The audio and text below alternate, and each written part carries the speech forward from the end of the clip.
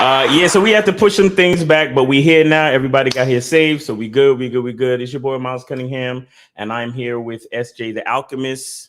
But you know what? I'm gonna just let you speak for yourself. Introduce yourself to the people. Let them know who you are, what you do. Hello, everyone. Thank you for having me. I am Sade the Alchemist. I am an alchemist. An alchemist is someone who practices using the elements to create a transformation of some sort or to manifest an intention. So I go by the alchemist because I feel that that's what I do in my life. I set intentions and then I use the elements water, fire, air, all these different things in modalities and tools to help influence the intentions that I want to see manifest and helping other people be able to learn those same tools so that they can do it in their own way because we're all alchemists in our own way. So yeah, that's what I do. That's me. Because I see you have that stripe in your it reminds me of the last Airbender. Does it have anything to do with that? Everybody always asks me that. I wear this mark as an homage to my ancestors and my indigenous people because tribal markings and particularly face markings has different sounds and different symbols and messages and things. But for this one, for me in particular, this one is all about trying to remain in alignment, especially while I am at my residency where I'm working with a lot of clients on a day-to-day basis, like every day, 30 minutes a session. So it kind of keeps the energy correct, allows me to have clarity. I set intentions when I do these markings. They're not just like random markings. Like I'm setting the intention to have clarity of vision, to be able to articulate myself, to be able to channel the divine messages that I need to. So they're a little bit of an homage and intentional face mapping drawings. So you see, guys, when I met her and then we had our first conversation, she was very what's the word? Very thorough in her explanations of the different things that she does. And that's why I said to myself, yo, it'd be dope to get her on the show. And then she started talking about identity and all this other stuff. However, y'all know how we run the show, and there's things that got to be done before we get all through it. So we're going to do it like how we usually do it. So let's go. Everybody has game. The thing is, though, is your game weak or is your game strong? See, that's the difference. See, having weak game is synonymous with having no game. But you have game, you have a strategy to get what you want, but your strategy might be weak. I always tell these guys, snap your fingers. And I'll tell them, snap your fingers. Like, you hear that sound? I'm like, what is that sound? Bitch, that's a 17-year-old that just turned 18. That's a 19-year-old that just turned 21. They are just they're everywhere. Hi, how you doing? You think I give a fuck about how you doing, bitch? All I want you to motherfucking do is open your mouth and say something so I can hear how your voice sounds so it can tell me how the fuck to get at you. Your feelings are not facts. Because you feel like whatever you feel like, you can't get me to believe that there's more than two genders. You understand what I'm saying? And truthfully, I'm not sorry because I can't really make facts out of your fucking feelings. Matter of fact, fuck your feelings. There's only two genders. Only two genders. You trying to tell me that genders are neutral and niggas is trying to come up with 92 fucking genders, bro. There's this narrative now that it's okay for a man to cry, and it's really pushing this sensitivity, express yourself, express your feelings. One thing I've always respected about my father growing up, I never seen my dad cry. Me and him would get into arguments, we would go at it, we would fight. I would say the harshest things to him I could to hurt his feelings, but I never broke him. Shoot, just the right pair of shoes get your dick sucked. Just the right pair of shoes. Women don't, seriously, you could look like Boris Cujo, you'd be 6'8", you know, have a print down to your knee. They look at those shoes, they bust, they just like, oh no, not him. Nah, boo-boo. The bitches shine because of the nigga. Period. Like, and when it's functioning correctly, that's the way it is. So, on that note, dick is a gift. It's a gift. It's a gift.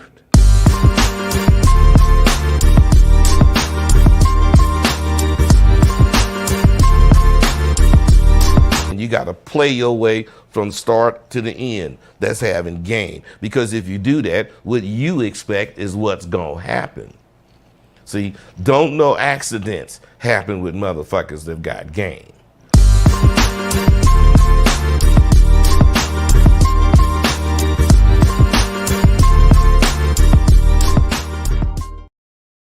All right. Yep. All right. So, exploring identity through different modalities. So here's the thing, guys. You guys know I got the masculine identity membership coming out. You know, I'm all about identity. I'm all about understanding and knowing who you are to create a reference point in the world, in the universe, right? Because once you understand where you are in the world, in the universe, that's when you can understand other things in the universe, right? And a lot of the people that tune in, you know, we're all about being effective communicators with the opposite sex, right? So I feel like the best way to do that is to know who you are. Like I always say, the best way to invest in a woman is to invest in yourself. And that's just what I believe. And that's how it goes. Because if I don't know who I am, then I can't do what I need to do and be what I need to be for anybody, much less a woman. You understand what I'm saying? I can't, you know, help my community. I can't help my, you know, my society, and I can't help my family, because if I don't know who I am, how can I know how to lead? How can I know how to protect? How can I know how to provide and do everything that I need to do? So this is why identity is so important, which is a part of, you know, why I wear this t-shirt, Selfish. You know, it's really about looking at who I am and understanding who I am. Therefore, I can then be a benefit and a blessing to others, right? But when I met you, you were telling me about identity in different modalities. You know, I think you were talking about stuff like astrology and health and, you know, different types of meditation and things like that. I want you to get into that and let the people know, you know, how heavy it is and how deep identity can get.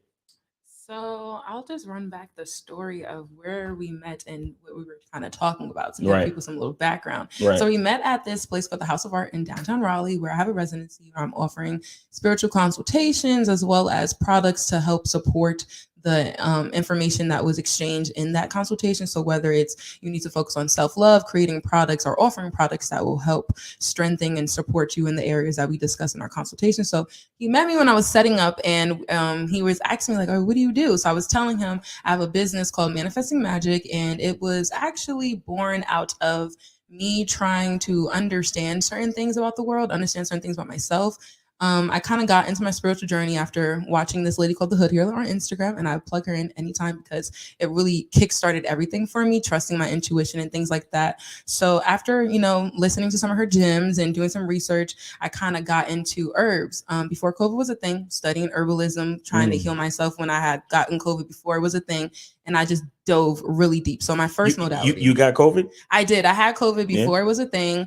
I was Before? sick. Yes, before. Like the Wow. year before it broke out, I was wearing a mask and I was like, yo, I feel like, because I'm from New York, so I'm like, I feel like the trains are so dirty and there's no oxygen. I feel like if I sold masks that are customizable, they would buy it. I should have sold masks because then COVID came out later and I would have been but it is okay because I am abundant in other ways with this knowledge of modalities. Right. So I was studying herbs, and I started off with making smoke blends and making smoke blends to help enhance my smoke sessions, as well as kind of counteract some of the issues that my friends were having when they're smoking, whether it's like feeling a little down, even though they're smoking sativa, or just not really feeling they can focus or be their best self. So I took it as upon my own self to try to make blends that will induce certain vibes to try to help. So when you say blends, just to be clear, we're talking about weed. No, we're talking about herbal blends. So there are a lot of herbs that you can smoke that are helpful for counteracting what smoking does, and as well as induce certain moods, kind of like smoking does, but just healthier and more, I feel like, holistic and appreciating the plant. Yeah. So All right, give me like an example of the type of herbs that can be smoked that's not weed or tobacco. Okay, cool. I got you. So there is a few herbs that are my favorites. The first herb that people don't necessarily smoke, but they use all the time is sage. Sage is an amazing herb to smoke. Sage provides a cooling sensation instead of a hot sensation, so you can take deeper pulls, bigger pulls. Wait, hold on. I'm sorry to interrupt you because it's a lot coming. But I want to make sure, because if I don't understand, I'm not sure my audience understands. Okay, so I want to make sure I understand and as we go along. So you saying that I could get a blunt or a white paper and roll up sage? You can get sage, right? The herbs that I use, I would tell them to make these. I have these blends, right? So these blends are a combination of herbs. So for example, if you were to just buy sage, let's say you go to the store, you're like, oh, I heard Shorty said you can use sage. Right. All right, cool. So this is what you do. You take your sage, right? You take the sage that you would use in a wand, whatever. You crush it up like you would do grab with tobacco, Right. and you can mix it in with whatever you're smoking, whether it's CBD, you're rolling your own cigarettes, you're rolling your own CBD blunts, whatever it is, you can mix the herbs in. Gotcha. So I make my blends where you can either roll the blend yourself in a loose form, so you can order it in a loose form. You can roll the blends yourself, whether that's you're rolling it to mix it in with CBD or THC or whatever it is you smoke, or you just want to roll it yourself. Right. It has a whole bunch of different herbs that kind of make it full and also have a fuller experience than just smoking on sage. But you can also buy pre-rolls, which are already made for you, already have the blend that you want, and so that you can have a session after your session or a session before your session. So yeah, there's a lot of different herbs that you can smoke. So when you say after your session, you mean after you smoke the actual weed? Yeah, there's a few ways. Okay. You can either smoke the smoke blend by itself, where Right. you roll it up with your weed, or you roll it up just by itself, and you're just like, I just want to experience the herbs in its pure form. Right. You can do that. I'll still give you a vibe, whatever vibe you pick, whether it's my perspectives blend to help kind of like get you introspective and induce a nice meditative state, Right. or it's my Black Man is God blend, where it helps trying to ground the energy of the masculinity and as well as provide support and balance between the masculine and the feminine. Right. So you can smoke that by itself, Right. roll it up on your own, or you can get the pre-rolls and just spark that before you spark your own blunt. Or you can just, for example, like when you're going outside and you can't smoke in certain places, Right. that's a cool thing to bring and smoke when you're like, I want a little buzz, but I know I can't necessarily bring my stuff. So you Gotcha. can bring the pre-rolls or use the loose herbs to mix it together. Okay, so this the herbal situation that will be considered one modality. Yes, Okay. herbalism, the study of herbs, is a modality. Herbs can provide different uses, topical, internal uses. They can also provide metaphysical uses. So I feel like herbs touch on a few different things. They touch on a physical level where they can provide physical nutrients or support to the body, organs, and different things like that. They can provide spiritual healing, where they can provide like chamomile. Chamomile helps you become it gives off a calming energy. Right, So right. there's certain plants that have certain energies because they're alive. And then you have the emotional aspect, how there's certain herbs like St. John's wort, which is really good if you're struggling with depression or anxiety. You can drink that. You can smoke. You can drink that. We're still studying if you can smoke that, but for sure, St. John's wort is something that you can drink and kind of change your emotional state. Right. Then there's other herbs that are like Rosemary. Rosemary is really good for trying to have like a mental clarity and stimulation and stuff like that. So that's a mental. And then metaphysical is like you can use herbs. Like I said, I'm an alchemist, right? Using Right. all these elements to try to induce something. So for example, if you're wanting to manifest money, right? You're like, okay, I want to manifest an extra $1,000 this month. I have a small business, or you just want to manifest that $1,000. You can use herbs like, for example, bay leaves. You can use bay leaves, put them on a candle, Bay and leaves kind of is good. set the energy because they provide a Can spiritual. you smoke, baby? I wouldn't suggest No, I smoking. would not. See, guys, listen. You can't smoke everything. You Let's be can't. clear. Now, let me ask you. We want to bring this to identity. Identity. Okay, yes. now how would me smoking on some steak seasoning lead to me exploring or finding out more about who I am as a person or as a man, Okay. most importantly? So I'll bring it back. So we started with the herbs. Right. Then after going to the herbs, we went to like chakras and all the different things, crystals, blah, blah, blah. But this is when it got deep. It got deep when I started studying astrology. Astrology, because kind of the thing that brings everything together and connects everything. So in astrology, you have the major themes, which is, the planets, the zodiac signs, and the houses. Now, these planets, zodiac signs, and houses, and these themes of astrology link to different things like herbs, chakra, food, places. They just link to so many different things that connected all the things that I learned that has to do with herbs. So with regards to identity, astrology is a really big connector, because let's say you come to me and you're like, okay, I'm trying to figure out my identity and I'm kind of lost. It doesn't matter what age you are, you're just trying to figure this out. Right. We would do a consultation where we do a holistic check-in, where we assess your mental, physical, spiritual, emotional, and metaphysical health. Where are you? Where are you currently at? What's going on? Using tarot cards as an interpretation for visual learners, as well as using astrology to help support the evidence that I'm giving, and also give a real good I would say a real good reference for somebody to look back to. So I would ask you, okay, what time are you born? Different things like that. We pull up your chart. Right. Now, this is how we get into the identity part. Astrology, really, your natal chart is like a map of who you are written in the stars. It can tell you everything about your past life, future life, health issues, so many different things. So when it comes to identity, if you're a man trying to find your identity, we can look at masculine planets. We could figure out what are the things that you are naturally kind of, Hold on one second. So I heard you say masculine planets. What planets are masculine? So they're in astrology. Well, like in everything, you have masculine and feminine. So in Right. astrology, like for example, Venus is a feminine planet. Venus Okay. is a planet that's a feminine energy. They usually say women are from Venus. And men are from Mars because Right. Mars is a masculine planet. Mars, It actually is a it's masculine a planet. masculine planet. Oh, Yes, so that's yes, why yes. they say that. Okay. all right. It's there's some yes. It all makes sense. I told Right, you, right. astrology connects the dots. This whole time we've been studying astrology and we didn't even know. Okay. All right. So keep going though. Okay, Keep going. so if you were somebody who's trying to figure out what's your identity, but you're kind of in this place where you're like, I know what I need. I know I need to do something. I just don't know how to do it, where to go, and what's my path. Right. Looking at your natal chart is your path. It provides you all the information you need. So if you're like trying to, for example, work out, change your lifestyle, maybe and figure out how to provide that self-love for yourself so you no longer seek it externally, we can look at your chart and see certain houses. For example, your 4th house rules your home life, your family, your relationship with your mom, things like that of that nature. Really like what makes you comfortable, what brings you comfort, and why do you seek those comforts? That assessing that house and what planets are there and different things in that nature can help me strategize a blueprint for you using different modalities like chakras and herbs to help provide you with clarity and also guidance on what to do and how to do it step by step. So for example, if you have let's say you have Venus in your 4th house, so that means you're kind of a little predisposed to trying to weigh and measure if you should say how you feel to the people that matter to you, because You said your 4th house? yes, your 4th house in astrology. Let's say See, you coming up I with you know. pulling in a lot of terms, I and know. all I'm gonna have is questions. So I know. it's like the conversation gonna keep going off on tangents. But I'm sorry, go ahead.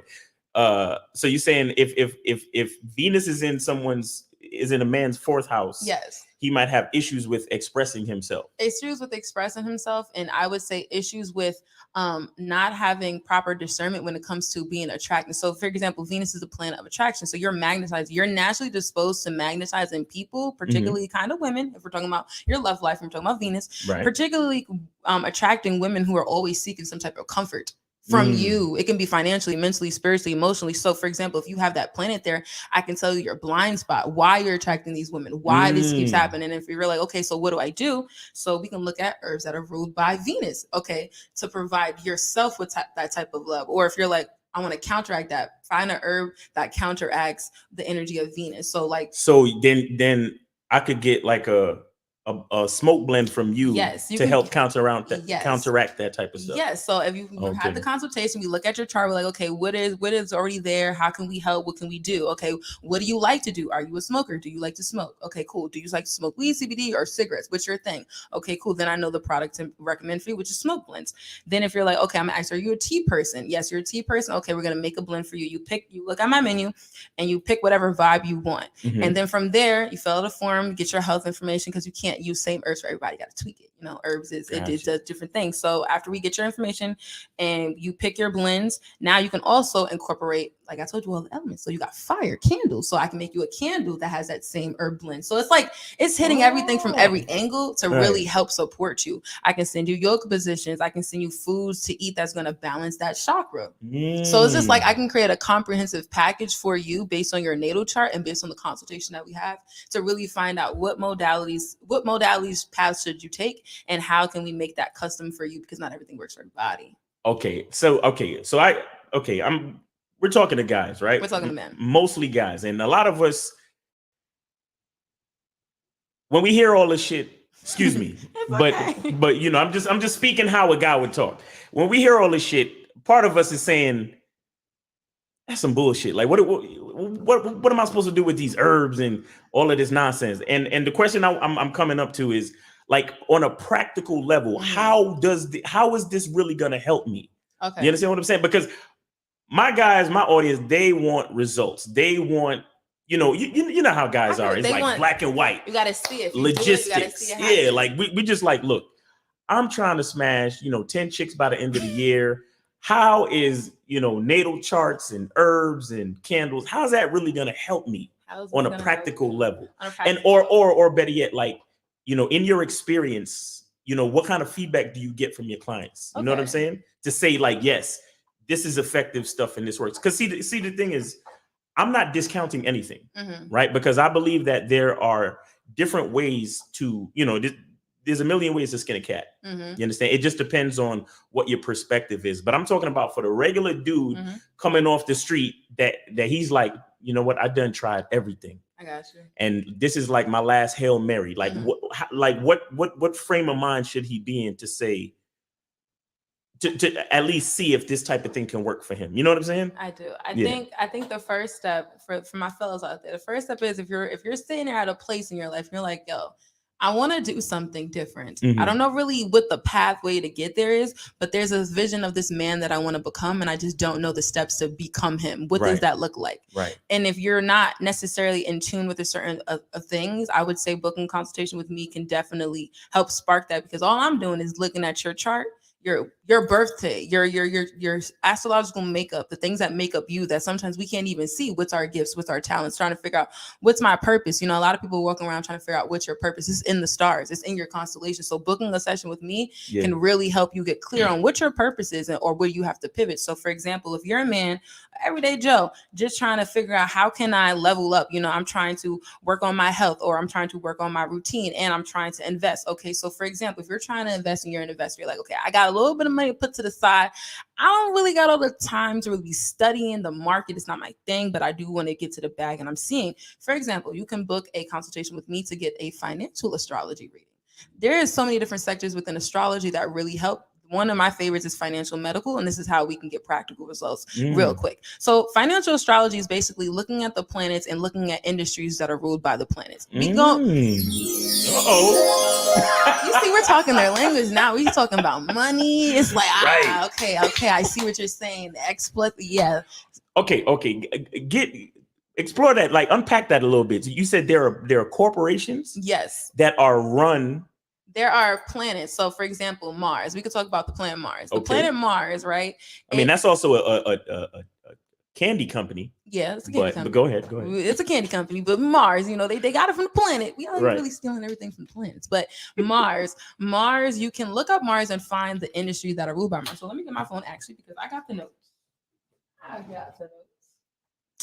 Mars, if you look up Mars, you can find different industries within that sector. So for example, you can find real estate, you can find biomedical engineering, you can find marine life, you can find sports entertainment, you can find chemical engineering, all these different random sectors of business. You can find what planet rules them. So for example, you're trying to look, okay, what industries work best for me? So you're going to look at, we're going to look at, and I'm going to teach you. When you book a session with me, I'm not just telling you information. No, I'm showing you, this is how you look at it. This is what you look for. This is what you find. Because I believe, I don't want everybody just sitting here trying to book sessions with me because they don't know. I want to teach so that you can know, so that you're in the loop of things. So I'm going to teach you what your money house is. We'll look at your money house. We're going to look at the money planet.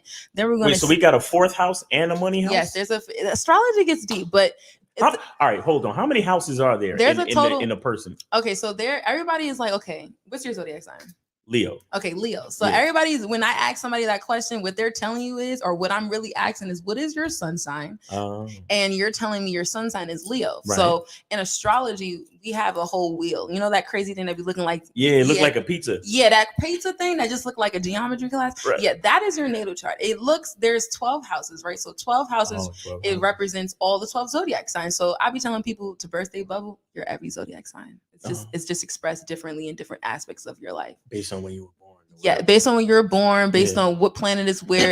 It gets deep, but we can sit together and look at your money house, and I'll tell you what your money house is. So for example, let's say you're trying to invest in investments. So we're going to look at the eighth house. Eighth house rules investments, other people investing in you. If you're trying to be an investor, you may want to look at businesses that fall within that sector, because every time their money planet hits your money planet, it gets a little deep, but we're going to put the charts on top of each other. Right. When their money planet hits your money planet like this, that's when you can throw money in there. You don't necessarily have to watch the markets. You don't have to do all that work. All you got to do is really just study the planets, and they move within certain tracking. So it's a cheat sheet code for real. Once you know, okay, I'm looking to invest in real estate. Okay, Mars rules real estate industries. Okay, the eighth house is my money house. Okay, so every time Mars hits my money house in its transit in their house, that's when I can throw money in there. And there's apps like Astrofuture, astroseek.com that makes this whole thing really easy. All you gotta do is enter their birthday, and then you find it. That's it. Right. So if you're trying to do something like that, let's say you're like, okay, their money planet is in my money planet, and it's in the sign of Sagittarius. So if you're like, okay,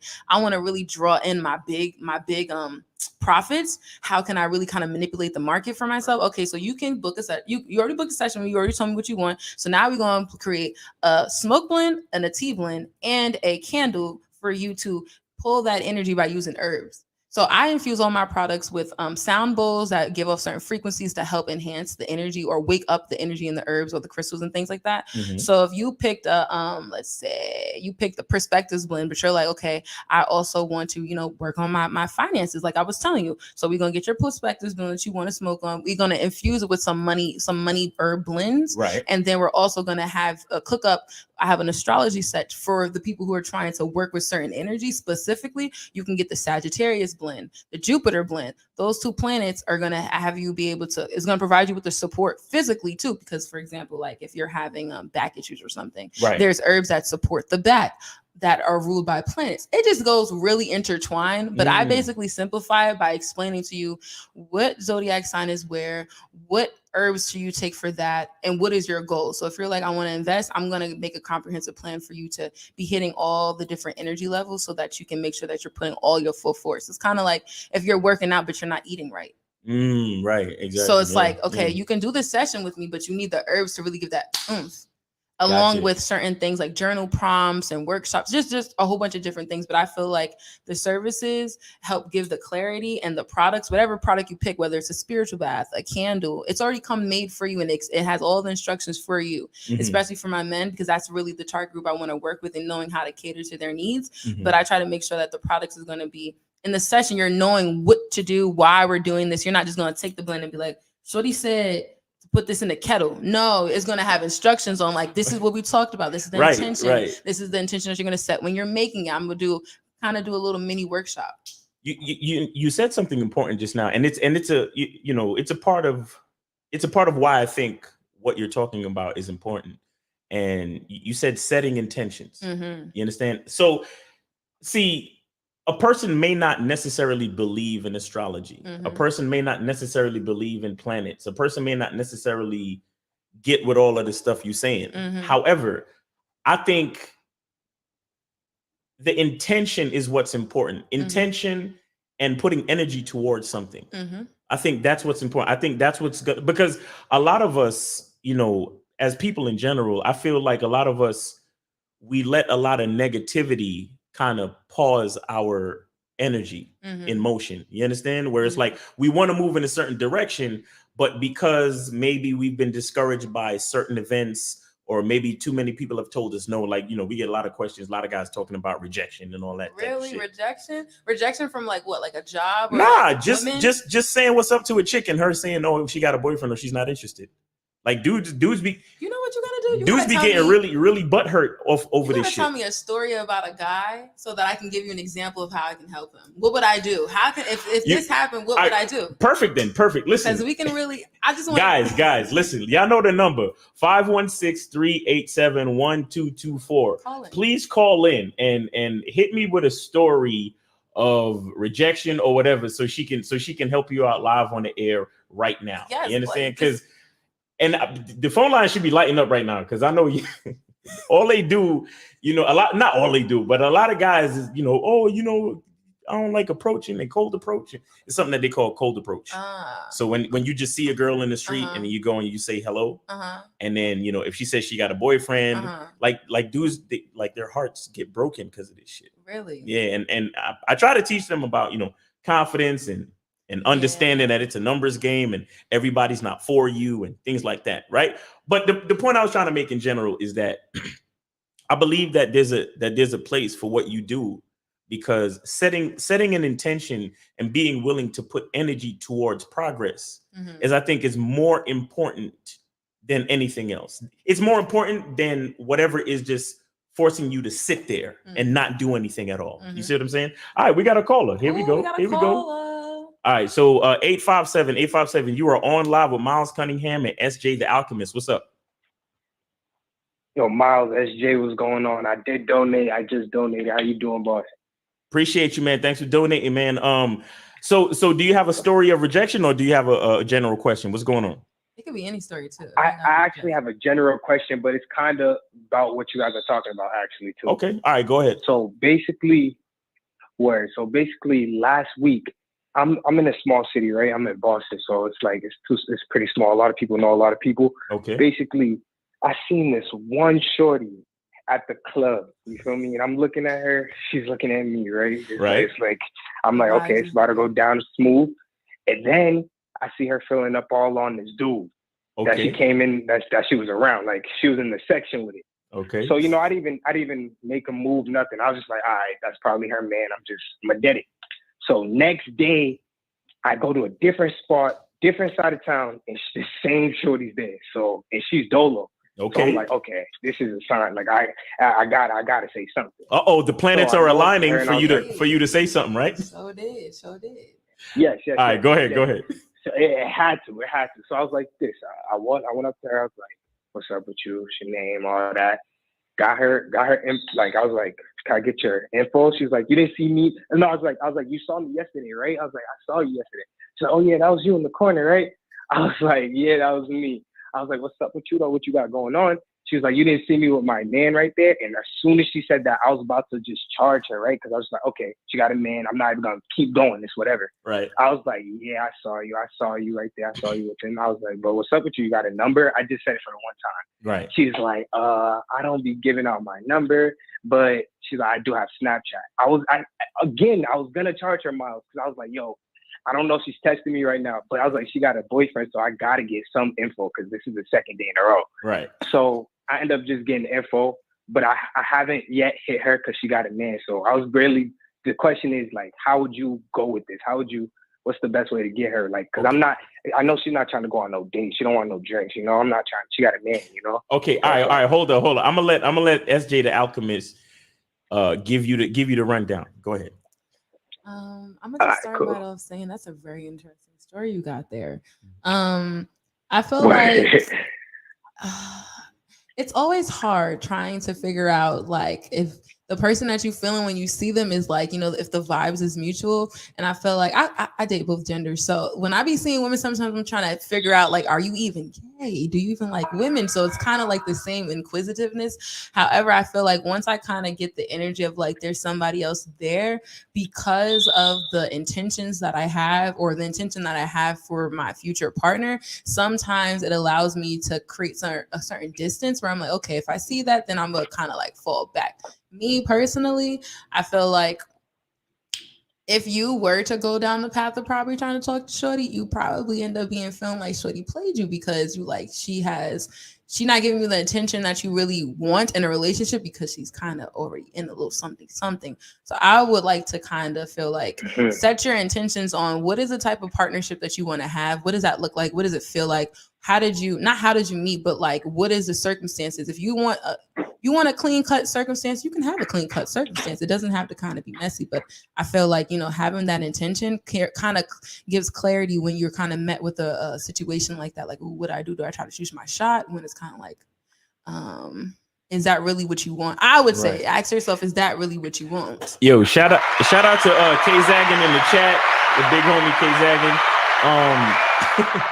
He said you are literally dealing with her on her terms. That's a hard pass. Yeah. So are you saying he should do a hard pass, or I think you should definitely do a hard pass unless you're trying to just be an appointment, you know? If you're at the point in your life where you're okay just being an appointment, then I mean just know what comes with being an appointment, you know, and don't feel like for sure. Yeah. So if that's where you're at right now, because some people are like, I'm not really trying to be no commitment. So if she's committed, that's less commitment for me. And if that's your intention, then right on. But if that's not your intention, then it's kind of a little messy. Exactly. So caller, are you trying to marry her next week, or are you trying to be a dick appointment?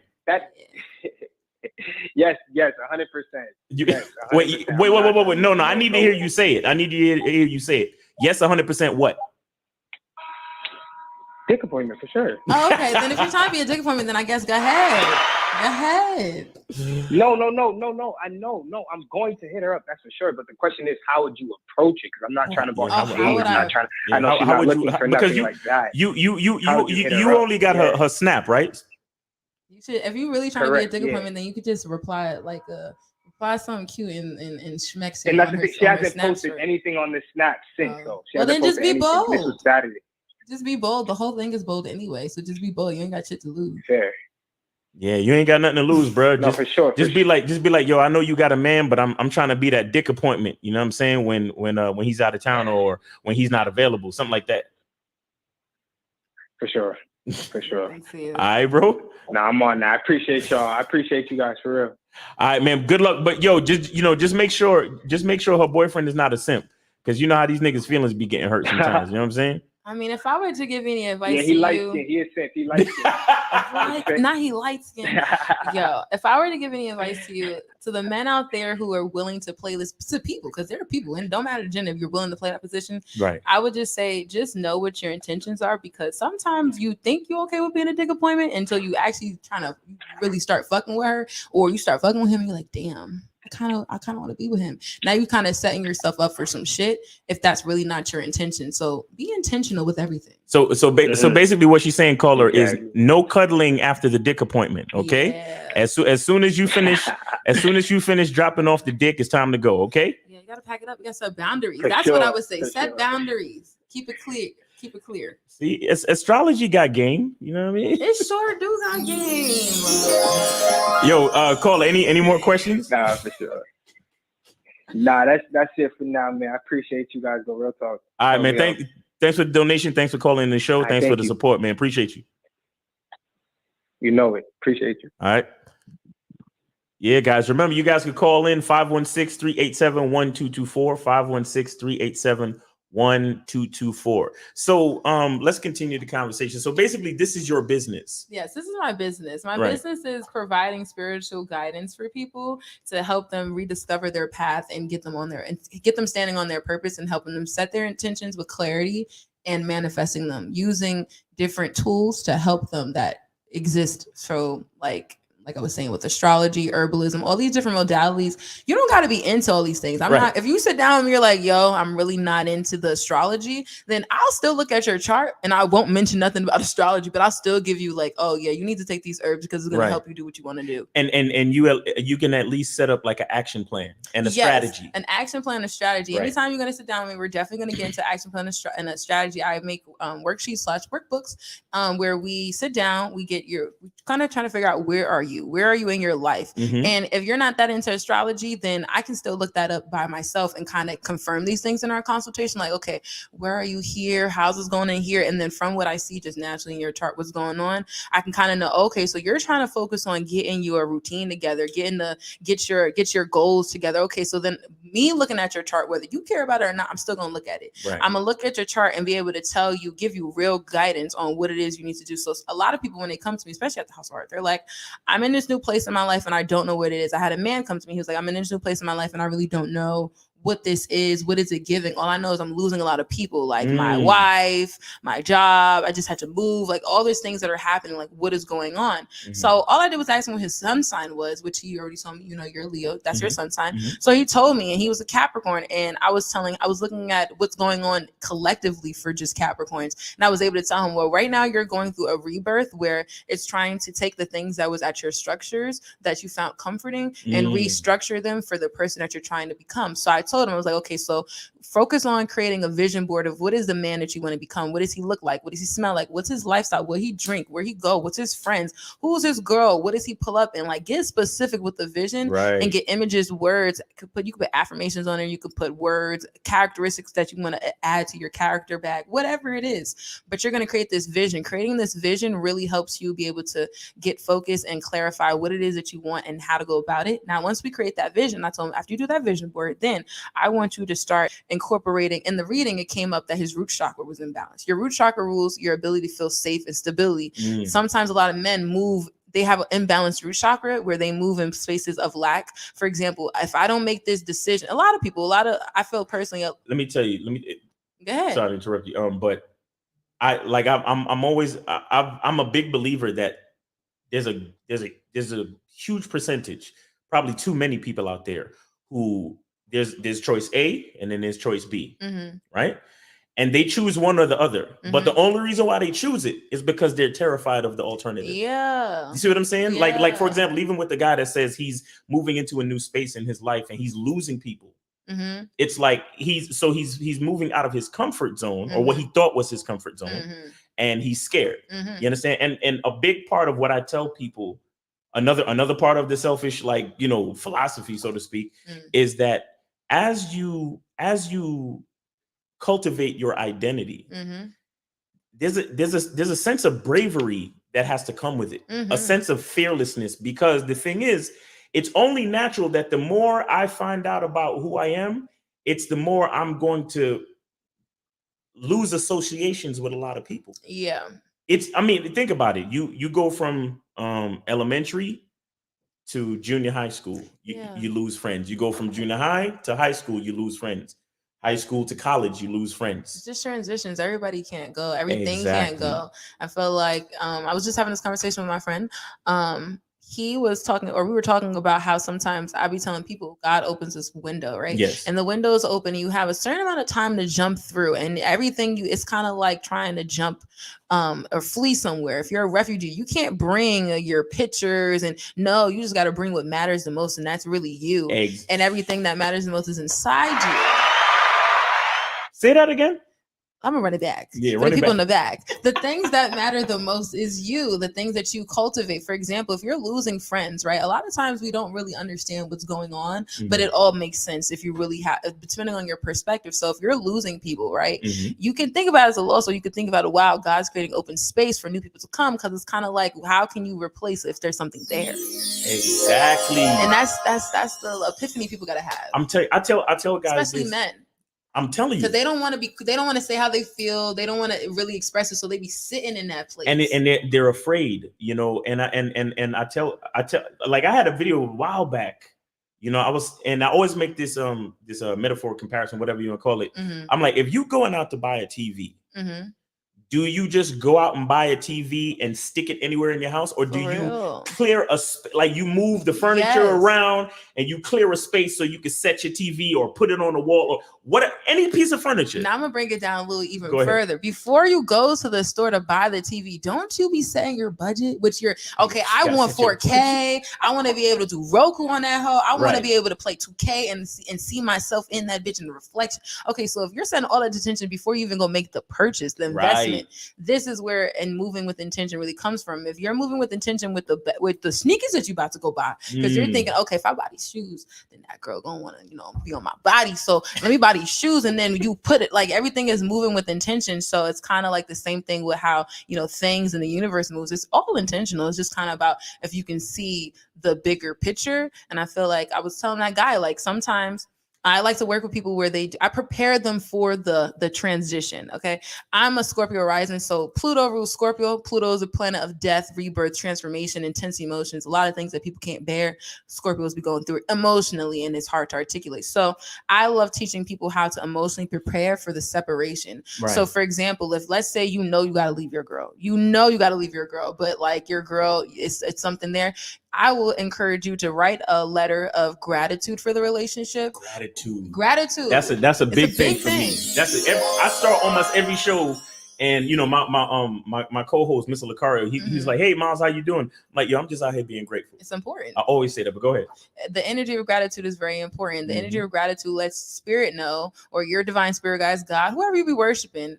As long as it ain't the devil, but that's your business. So it lets the people know, the energy, the force, the universe lets them know that you are grateful for what has become, and you're welcoming more to come with your gratitude. Because if you get into victim mode, or you're not expressing gratitude, it's not going to come. That's the blocking of the blessings. No expression of gratitude. Exactly. So start off by expressing gratitude in that letter. You can say it out loud, you can read it to yourself, whatever, but write it down. We're using one of the elements. Writing, that's pen, that's graphite, that's earth energy. Our thoughts transfer to the paper. That's a modality. It is a modality. It is as an expression of a modality. See, it all comes full circle. So you write that letter of gratitude. Then Say everything. The vision. A lot of times it's hard to let go of the vision of what you thought the relationship would be versus actually get into the reality of the relationship. So write down the vision and give gratitude for, oh my God, I thought we was going to do this, blah, blah, blah. Get that out one good time. Now, next letter is the release letter. The writing down your pain, the grief, whatever happened in a relationship that you're going to probably carry to your next relationship, but you don't want to, or just carry with you. Write that down. Set it down. Now we're going to use the element of fire. We're going to burn that bitch to the ground and let the wind take it where it needs to go. Or you can bury it if you want to. Doing those steps, whether it's when this is where we use astrology, and not everybody knows these astrology things. When a full moon happens, you can do a release ritual where you can let those heavy emotions go. Whether it's using herbs to also help that. For example, sage, you can wrap your letter in sage. It'll help kind of let it go and burn it. Oh shit! See, this is simple, practical 101s that I be trying to just get people to understand. Like, it's very practical. It's very simple. Right. Astrology just makes it a little more intricate for those who are like, nah, like I want to get detailed. But if you just want some basics, like the setup is, let's start off with preparing your energy, preparing emotionally for what needs to come. Right. So that then once you let the emotions go, you let the idea of what could have been and what is, blah, blah, blah, you let that go. Then you let go of the emotions of what was and the pain, you let that go. Now, it's not going to come overnight, but you're going to let that go. Then you're going to create affirmations for yourself. They say it takes 21 days for you to recode your DNA. Oh my gosh. It's 21 days. I have consultations from time to time, and I try. There's certain things that I have my guys do, which I won't talk about here, because if you want to know what that is, you gotta go to my Instagram, Miles in the Game. You gotta set your own consultation, and I'll put you on. But I always tell them at least 15 days. And then if you make it to 15, try to shoot for 30. You know what I'm saying? But speaking of Instagram, what's your Instagram? Because I'm sure everybody's interested in trying to get a hold of you. My Instagram is the Manifesting Alchemist on Instagram. So at TheManifesting Alchemist, ACALCHEMIST, the Manifesting Alchemist. That is where you can find all my information, where you can also find, if you're like, okay, I'm kind of interested in what you're talking about, I'm still maybe a little lost, but I'm feeling some parts is hidden and clicking. That's perfectly fine. That happens in the first time. I be trying not to be that person that gets all that information, because then you just zone out. I'm an Aquarius. I'd be like, I'm gone. And not for nothing, she got some nice pictures on there too, because we're guys. We just want that eye candy. We don't give a damn what the hell you talking about. We just want to see what we want to see. But she also gonna be saying some real shit too. I am, and you can find a lot of information. I do a lot of sessions sometimes with people on my live. So if you're like, what would that look like in a quick session, you can find that on there. You can also book a free consultation with me to find out more information about products, creating a package for you. That's what my business is really about. Creating is that like the best for your products and for a good rundown of your business? Is that the best place to get you, or you got a website? Or I have a website. I definitely have a website that we can plug in. The link to my website is in my bio on Instagram. But I'll put it here too. What is it? It is. Gotta pull that up. Okay, forget it. We're gonna tag it in there. Go to the Instagram. Go to the Instagram. Instagram, if you want, you can always text me. But Instagram is like Instagram is the place to find me. If you're like, where is she at? Like, is she gonna be at the house art today? Is she having any walk-ins today? You can always find me on Instagram. You can click my story. You can DM me. You also, and my Instagram has my number where you can just call me and let me know what you're trying to do. Right. But Instagram is the best place to find me, where you can see me doing live sessions. You can also find me if you're in the Raleigh area, if you're in the North Carolina area. You can pull up on me at the House of Art, where I'm there Thursday through Sunday, like 6 to 1, where you can get a little taste of what I do, or be able to sample the products and things like that, or just pull up on me, ask me like, yo, I see you on that show. You got a minute? I'm definitely available for anything. And she's really approachable, guys. Like she's really cool people. Like when I saw her and started talking to her, it was like I was saying what's up to my sister, like just like that. Like it was super easy. We just started talking and vibing. That's literally why she's sitting here today. Yeah, you know what I'm saying. And we met like last week. Yes, we met last week. The House of Art is a place to be if you're trying to align with your destiny. Every time I'm there, I set intentions for the things that I want. Right. And I definitely am out here manifesting and trying to help other people manifest. So if you're looking to get a custom package created for you, services, products, all those good stuff. And the best thing I feel about my business is that it's not a one-time shop. It can be if you want to, but I try to have my structure where if you're like, yo, I think I really need you on a consistent basis. I don't think one session was enough. I will sit down with you, create a package for you that is a subscription service where you can subscribe to services or products or both at a rate that we discuss as custom for your needs. Discuss how frequent are we going to see each other, what that look like, is it in person, is it virtual, because it doesn't just, you can be anywhere in the world and I can pull up on you. So you can kind of end up being some sort of a spiritual mentor. Yes, spiritual mentor, where it's kind of like therapy. Like, I'm gonna track your sessions. You're gonna get PDFs of everything that we kind of talked about. Right. It's real comprehensive for the men who are like, nah, I need to see this shit make sense, and the math gotta math, and I gotta have simplification. Yeah, it's specifically for us. If that's the type of service you want, make sure y'all come with that bread though. We're not playing. Yeah, so abundance. I got somebody here. His name is Bruda. He says I'm a Cancer, ENFP. I'm assuming you know what that means. Let me see. Let me move up. Yeah. I'll read it. So it says, I'm a Cancer, ENFP, fire tiger. I feel like I come off false because I'm overly nice and a people pleaser, and I fear confrontation, which makes it hard to flirt and hard to display masculinity for one. Okay, so we're gonna start off with unpacking a Cancer. Cancers are known as the mother of the zodiac. They're ruled by the moon. The planet of the moon rules your emotions, your subconscious thoughts, your feelings, what makes you feel comfortable, your desires, magnetism, intuition, feminine energy nonetheless. So that's what rules Cancer. So Cancer is ruled by emotions. They're prone to emotions. You're prone to crying or feeling like you want to cry, feeling like... Wait, hold on. So are you calling Bruda a bitch ass nigga? Is that what you just said? Listen, tears is not for bitches. Tears is not one gender. Tears is everything, you know? No, I'm just fucking around, but I will say, Cancers, I wouldn't be surprised if y'all are more prone to be, or Cancer places more prone to being. It depends. So if you got sensitive, yes, AKA bitch ass nigga. He said it, not I said it. I said it. No, I'm just playing. I'm sorry. Go on. So yeah, I feel like if you're saying that you're a Cancer, so people see you as somebody who's emotional. Now, I would go to look at your moon sign to actually see, or your rising, to see who are you really, because you're sometimes how people see you. So if you're saying that you feel like women be seeing you as like, emotional and things like that, and you don't necessarily know how to balance this, and they be seeing you as feminine, I feel like the most masculine thing to do is to be able to kind of articulate yourself and stand in your shit. So if you're a person who's in tune with your emotions, there's no need to be with people who don't appreciate that, men or women, Right. And I feel like the right woman is going to be able to provide a safe haven for your emotions, because women are really looking for men, or not all women, but I feel like the woman that you want is looking for a man who's going to welcome that type of embrace of energy and emotion and that comfort. So I feel like also you got to watch out, just a little heads up, watch out for women who are seeking you for comfort only, seeking you because Cancer, rule is comfort zone. So it also,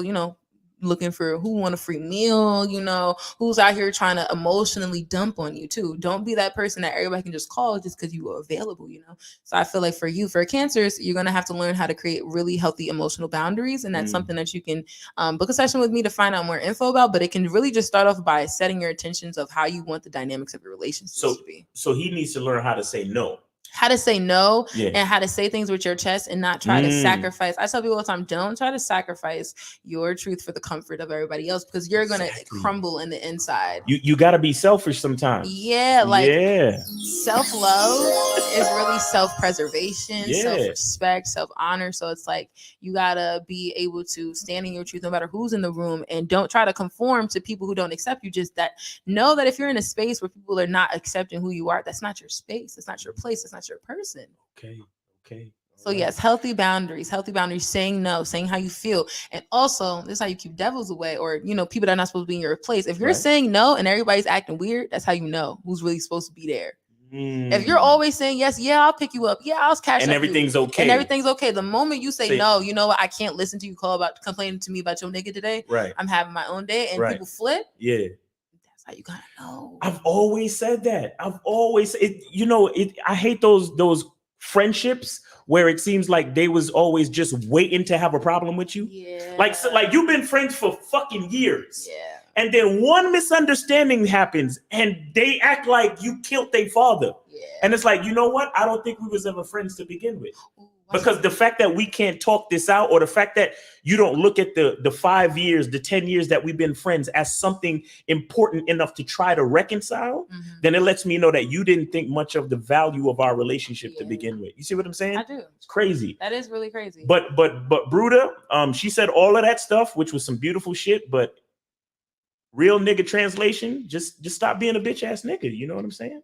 And for those people who don't know, what is a bitch ass nigga? Because like somebody in the audience probably like, yo, damn, I cried last night. Am I a bitch? Am I a bitch ass? You know? I think if we gotta clarify, bitch ass nigga is somebody who does not stand on their 10 toes, who does not move with integrity, conforms to spaces and places instead of willing to stand on your own. And it requires bravery. It really does. Identity, it really requires bravery. It really requires faith. I would also say faith, because we have a vision of who we want to become, but we haven't yet experienced life as that person just yet. Yes. So there are going to be a lot of unknowns. Yes. There are going to be a lot of variables that we didn't foresee that we have to be courageous to withstand. Yes. You see what I'm saying? So that's why identity, it takes a little bit of courage on your part. Like, you have to be willing to look. I had this video that I did the other day where I told guys, love what you like. Be strong enough to love what you like, because you got some guys out there, they really love to like, they might have a fetish or something. Like, they love to, they might have, they might have to use feet as a, you know what I'm saying? Or I know some guys who do breast worship. Okay. The average nigga loves ass or whatever, right? Yeah. But you got some dudes, their like thing is very unique. And I always try to tell them, I'm like, embrace that shit. Like, love what you like. You know why? Because you liking that shit is something that sets you apart from the average dude. Not only that, you're gonna find people who really love what you. That's what I'm saying. You're not gonna be in a mood like, I don't think we all like this shit. I'll be thinking because look, check this out. Say I'm one of them dudes who love to fuck feet, right? And I'm sitting there acting like I don't.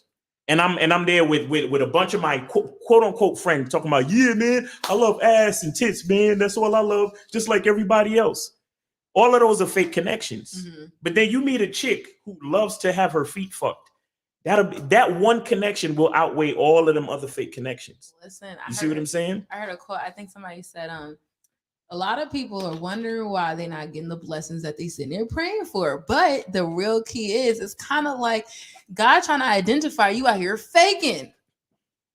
It's like he trying to pull up on you, thinking that you're gonna be standing in yourself, and you like, oh yeah, that's you, and you fronting and you looking like everybody else. So your blessings is looking for you while you running images at night. You out here running on weird ass identities. It's literally going over your head. Like, because when God was looking for you to give you the blessing, you look like another nigga. Yes, you look generic. It's giving facts. It's giving, where are you?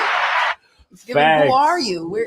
Who is this? Your maker is like, yo, who is this nigga? Man. Who is he?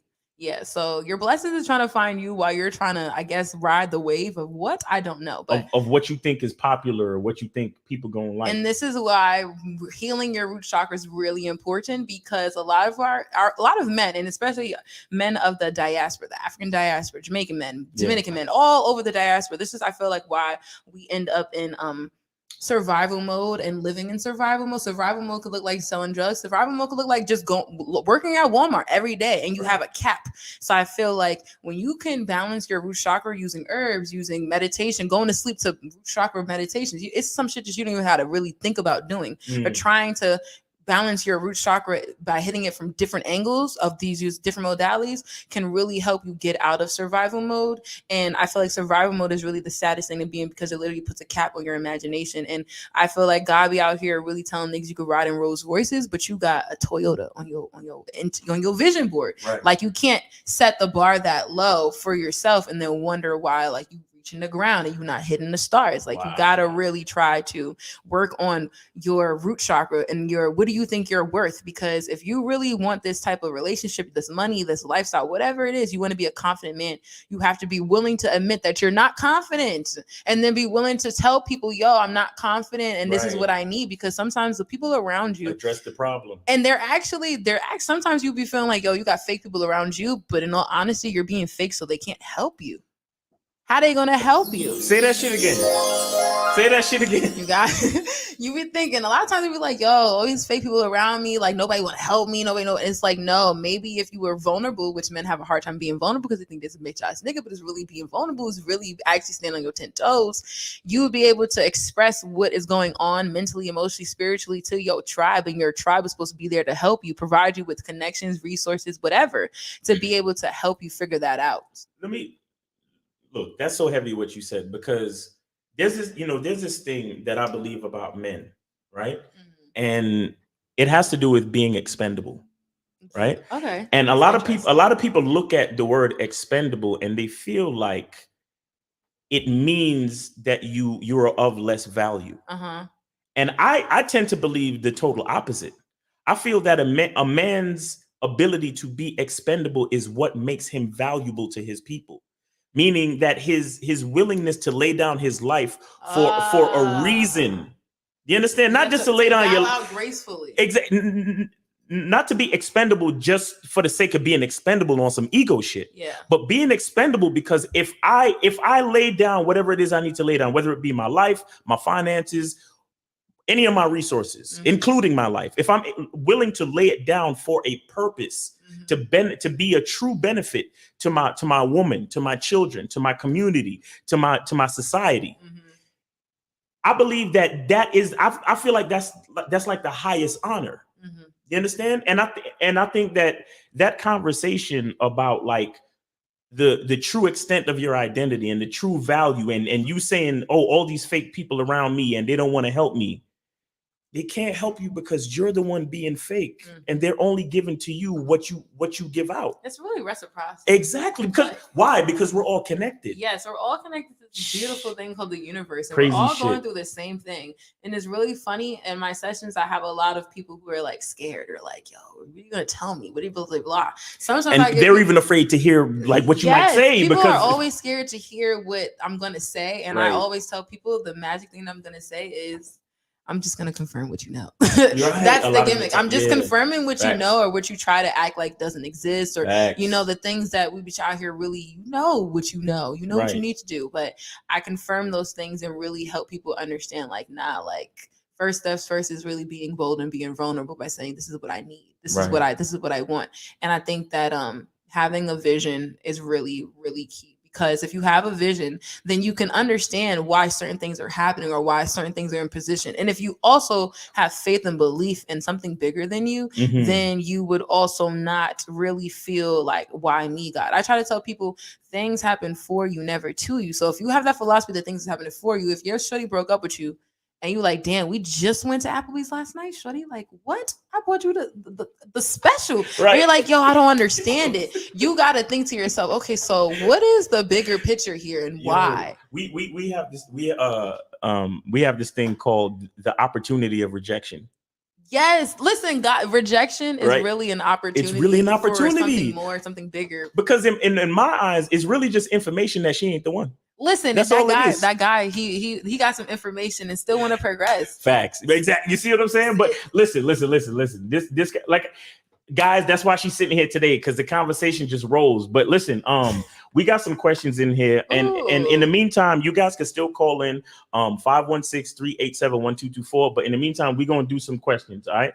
So the first question here, it says Alchemist, are there other spiritual books you've studied outside of astrology with which resonates with you? So I would say a lot of people always ask me, I think you asked me that, did I read the Alchemist book? And I have not read the Alchemist books on the book list. But as far as like how my studies went, it really happened. Once I got COVID, I literally had this idea. This is when like trusting your gut comes in. There was a store, an apothecary that I wanted to go to called Sacred Vibes in Brooklyn. And I wanted to go there since I was like for 4 years and just never went because it was just too deep. And I was like, whatever, I'll get there one of those days. But the day I left that hospital and they couldn't tell me what my test was, I was like, I'm going to that shit. And I went there the next day. When I went there, I just sat and absorbed all the information from the women in the store who were Wow. apprentices. And I sat there all day and just kept coming back, try to come back every week and learn what they were learning under their apprenticeship. And then they would tell me books here and there, articles, videos, and different things like that. Any ones that stood out to you? I would say, or any, like, if you had to just name one or two, like. So if I had to name one book, I would definitely say the Dr. Layla Africa book. It's the Oh, you forgot the title? I forgot the title, but the author, her name it's Dr. Layla Africa. Okay. Most people should know. It's the green book that comes up. Oh, it's a green book. Okay, hold on 1 second. We got another call. We got 803. You're on live with Miles Cunningham and SJ the Alchemist. What's up? Hey there, this is Johnny. I was calling about, I'm really depressed because my girlfriend called me and the police called me and saying that I was stalking her. Wish I was stalking her because I didn't want her to cheat on me and everything. Yo. Hey, listen. I might just kill myself, man. Listen. You are you trolling or are you serious, bro?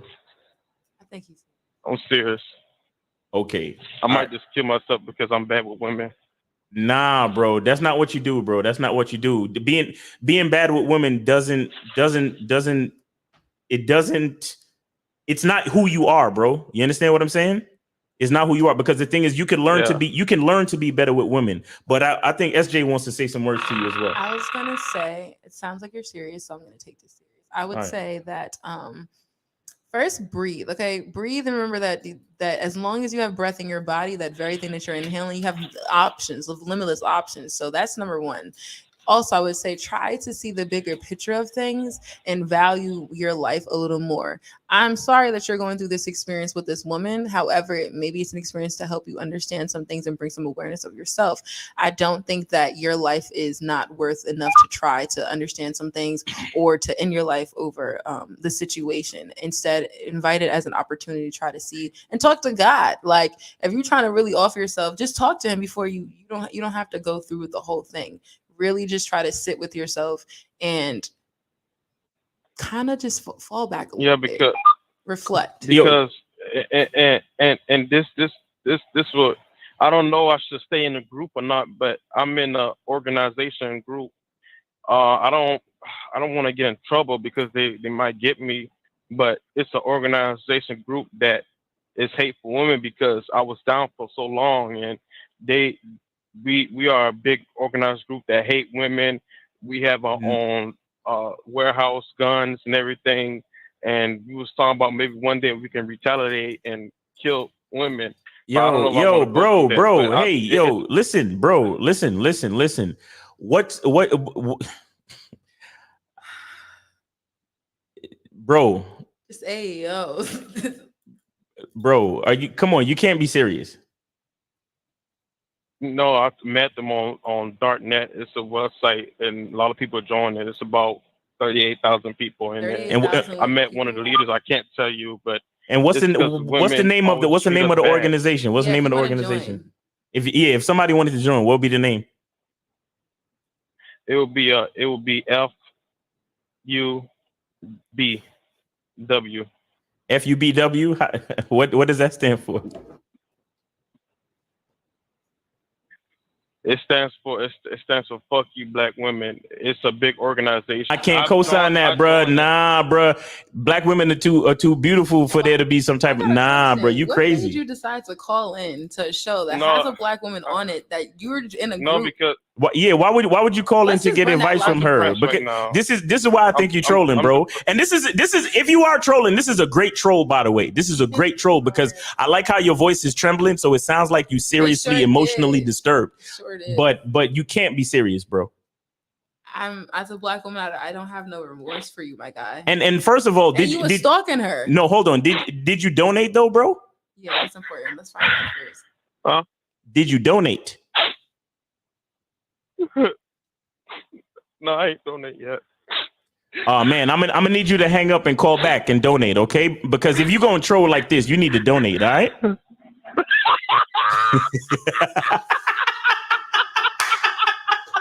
I knew your ass was fucking trolling. I'm gonna clip this shit. This shit was You epic. really have to. No, I gotta clip this shit. This shit was You perfect. got to, because I was about to sit here like, Hey, the this- logic is not making sense. Hey, bro. Hey, we appreciate you, bro. We appreciate you, man. But do you have any other questions or anything, bro? Seriously. No, I'm good. You all right? Yo. All right, man. All right, appreciate you. Appreciate you. That was a great troll. I do All right. appreciate you. All right, bro. Take it easy. Yo. I'm like, bro, I'm this sitting is there crazy. like, hey, yo. Yeah, what's it's crazy. going It's on? crazy. But when he started slowing down on the acronym, I was like, yeah, I think he's joking because he had to Yeah, formulate he it. did. You I was see what I'm sitting there saying? like, is he about to say? I thought that was when the joke was about to give F you, blah, blah, blah. And I was like, he's Right. still really. And plus, if it's that many dudes in the group, they gotta hate more than just black women. yeah, but I wouldn't. Okay, he said he- 38,000. I Nah. was like, wait, hold on. You made, there's a group? I'm like, yo. All right, so we got another question for you. It says, I guess he's saying why girls ask you what your star sign is? Like, why do chicks ask that type of shit when For you my- out here talking to girls? Shout out to my astro hoes who love studying the stars like me. Sometimes I feel like sometimes women just want to know. I don't know how deep into astrology they go. Like when I ask people, I ask people, what's your big three? Like, tell me your whole big three because it tells me more than your sun sign. So I think that's just for the girls who are trying to be like, are we compatible? Because if you're a Scorpio and I'm a Gemini, it's just not gonna work. And it's like, I mean, it gets a little deeper than that. But like, if some girl, I feel like if a girl's coming to you asking your sun sign or like, so like, what's your zodiac sign? It's like, okay, you can give it a little something. But if she come and ask you, what's your big three? Right. And mine is blase, blase, blonde. Start hitting you with I have stellium or some. If you start going like, y'all know what she's talking about, Right. then she's trying to really see if the stars align for y'all. But I be doing that too. I'd be like, what's your big three? You know the time you were born? Hold on real quick. Let me see. Oh, But you about to ask I for guess money in my life. I guess another question to follow up is like, should a guy take that type of stuff seriously or what? I mean, it's like I don't think you should necessarily take it that serious. It's kind of like asking, like, "Oh, where you from?" Right. It's kinda Okay. like- It's kind of Because like it that. helps you see it. For example, like if I know, like you told me you're a Leo, so if I ask you, "Oh, what's your zodiac sign?" Sometimes, like for example, I met somebody who was a little like domineering, and I felt myself wanting to like boast up, then I felt myself like, "Nah, it's really not worth it." Like Right. they really want this shit. So I asked them what's their zodiac sign. And it was Mhm. a Taurus, and I was like, "This makes sense. Gotcha. This makes sense because Taurus are kind of like they're the bull. They want still. It's like Right. it doesn't make no sense to sit there and try to take power and position, especially if it's not that deep. So just fall back. Right. So I think people be asking for schematics to see how to see how to work, flow. approach the situation and shit. All right. Yeah. All right, we got somebody else says, why is there a lady's first idea? Okay, John, I don't understand that one. I'm a trying to lady's skip. first idea, like ladies should go first in like the door in the car. I I don't don't know. Society standards, expectations. chivalry maybe. I don't know. I mean, you got to be a little more detailed with that, bro. Anyway, Brandon Webb says, do you think to yourself in the third person? I won't lie. Sometimes I do. I think if I'm Move being closer, realistic, move closer. if I'm being realistic, sometimes I really do be out here talking in third person. I'll be like, the Alchemist is just really exhausted. My throat chakra. Tea, Lord. But I've been doing that since I was a kid, talking in third person. Like, Sade is so tired. But real? yeah, my family's like, yo, there's no cameras, bro. And I'm like, yeah, I know. But What does that say about a person who's I think it says they're a little bit of like, they're a little gifted upstairs. Like I definitely feel like ever since I was a kid, I used to watch That's a Raven and That's a Raven show. That's my life. I used to think that was everybody's life. So there's certain things that I feel like when you're talking to third person, sometimes it's like on a jokey joke, I'll be talking third person just to, be a little extra. But seriously, and I feel like that makes you a genius? Something like that. Shit. But in third person, I feel like in serious note, if you want to talk in third person, it helps you see a different perspective. Look, I'll be honest. I don't really think in the third person, and I don't really speak in the third person about myself. However, there was a time in my life where I read this book called and I always talk about it. It's called Conversations with God and Uncommon Dialogue. I like that name of that book. Oh, it's a dope ass That book. sounds good as hell. That's gonna be on the book list, y'all. The one of the major things that the book taught me is to be objective. And what it allowed me to do was kind of separate my soul from my ego. Okay, yeah. So with that being said, I kind of thought in the third person, so to speak. Okay, yeah. Meaning that while I was going through things in life, I would try to detach and look at the entire picture. Yes. You see what I'm saying? I do. That's And because like at the time I was dating this really spicy Dominican chick. And I was young, still trying to learn the game, and she was giving me a lot of fucking mixed signals, and I didn't really know what to do with it. And at the time I was reading the book, and the book got me to like just pull back and look at myself going through the situation. And I was able to make the best decisions for myself. And it's crazy because I had homies at the time, and I would tell them about what's going on in the situation, and they would say to me, yo, why you not mad? And it's because of that ability to separate. You see what I'm saying? I would say as an Aquarius, we get especially men, they get a bad rep for being emotionally detached. Yeah. And so I feel like kind of what you're saying and how I do it, it allows you to see a perspective outside your own, and a perspective that isn't engulfed in your humanness, like your emotions, how you would feel, like how somebody would react. There's just to see it in black and white outside of you, or I call it sometimes God's eye view. You can have God's eye view. Look at everything. Exactly. So yeah, third person perspective. I talk about it. I try to do it. Because I've heard some people say that, like, if you talk about yourself in the third person, then you're a narcissist. Or something I think like if you walk in a room and be like introducing the Alchemist by the Alchemist, I think that is a little like might be a little crazy. I think everybody would look around like, where it's me. It's me. Yeah. You was talking about Aquarius? Oh right? Yeah, Aquarius. Yeah. So this person says this is a jug season. He says, why is it hard for Aquariuses to relate to other people in signs? Okay. I feel like it'd be a lot. Okay, so sometimes, or I'm on the other spectrum of my Aquarius. Hold that thought. I'm sorry, we just got a call. Ooh. Oh, they just left. See, that's what happens when you wait. All right, go ahead. All right, next time you could just tell me. Aquariuses are known as the humanitarians of the zodiac sign. Okay. They are known to try to be able to create solutions / fix things, and basically their whole thing is for the collective, kind of. It's like you're doing this for the greater good of blah, blah, blah. Mm-hmm. Also, sometimes people don't see it that way because we're also known as the rebels. So they could be like, how are you trying to say that you're doing this for the greater good? You're like, I am, not for you Negroes, for the next generation, you know? So the Aquarius is also ruled by Uranus, which is the planet of unexpected events, the future, the internet, collectives of people, groups. So I feel like it's hard for Aquariuses to, like I was saying earlier, emotional detachment.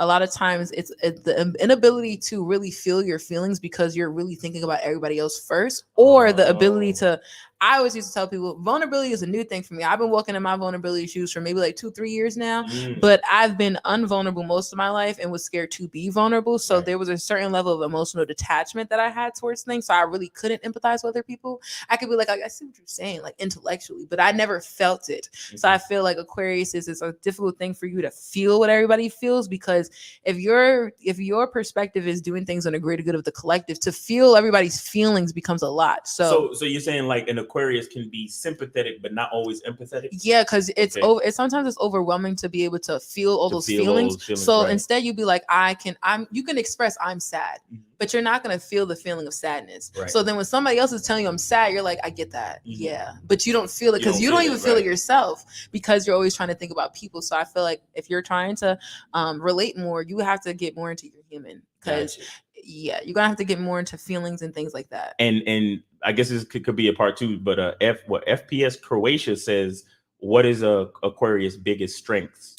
I think an Aquarius' biggest strength is the ability to move the people, and sometimes in a way where they're ahead of their time. Because Aquarius is ruled by Uranus, which is the future. So a lot of times I feel like the greatest strength of Aquarius is to be able to see what needs to be done, and then be able to look at the collective, whether it's your group of people, and see who can do what and how they can bring about that vision. So I think I would say it's the greatest strength is being able to be a visionary, and to, if you are vulnerable, be able to tap into the emotions of other people. That's really how I'm able to use my gifts, by being able to feel or give myself to my human experience so deeply that I can in return be able to provide guidance and counseling for other people. So like that's you gotta really decide to give yourself to your human experience. Gotcha.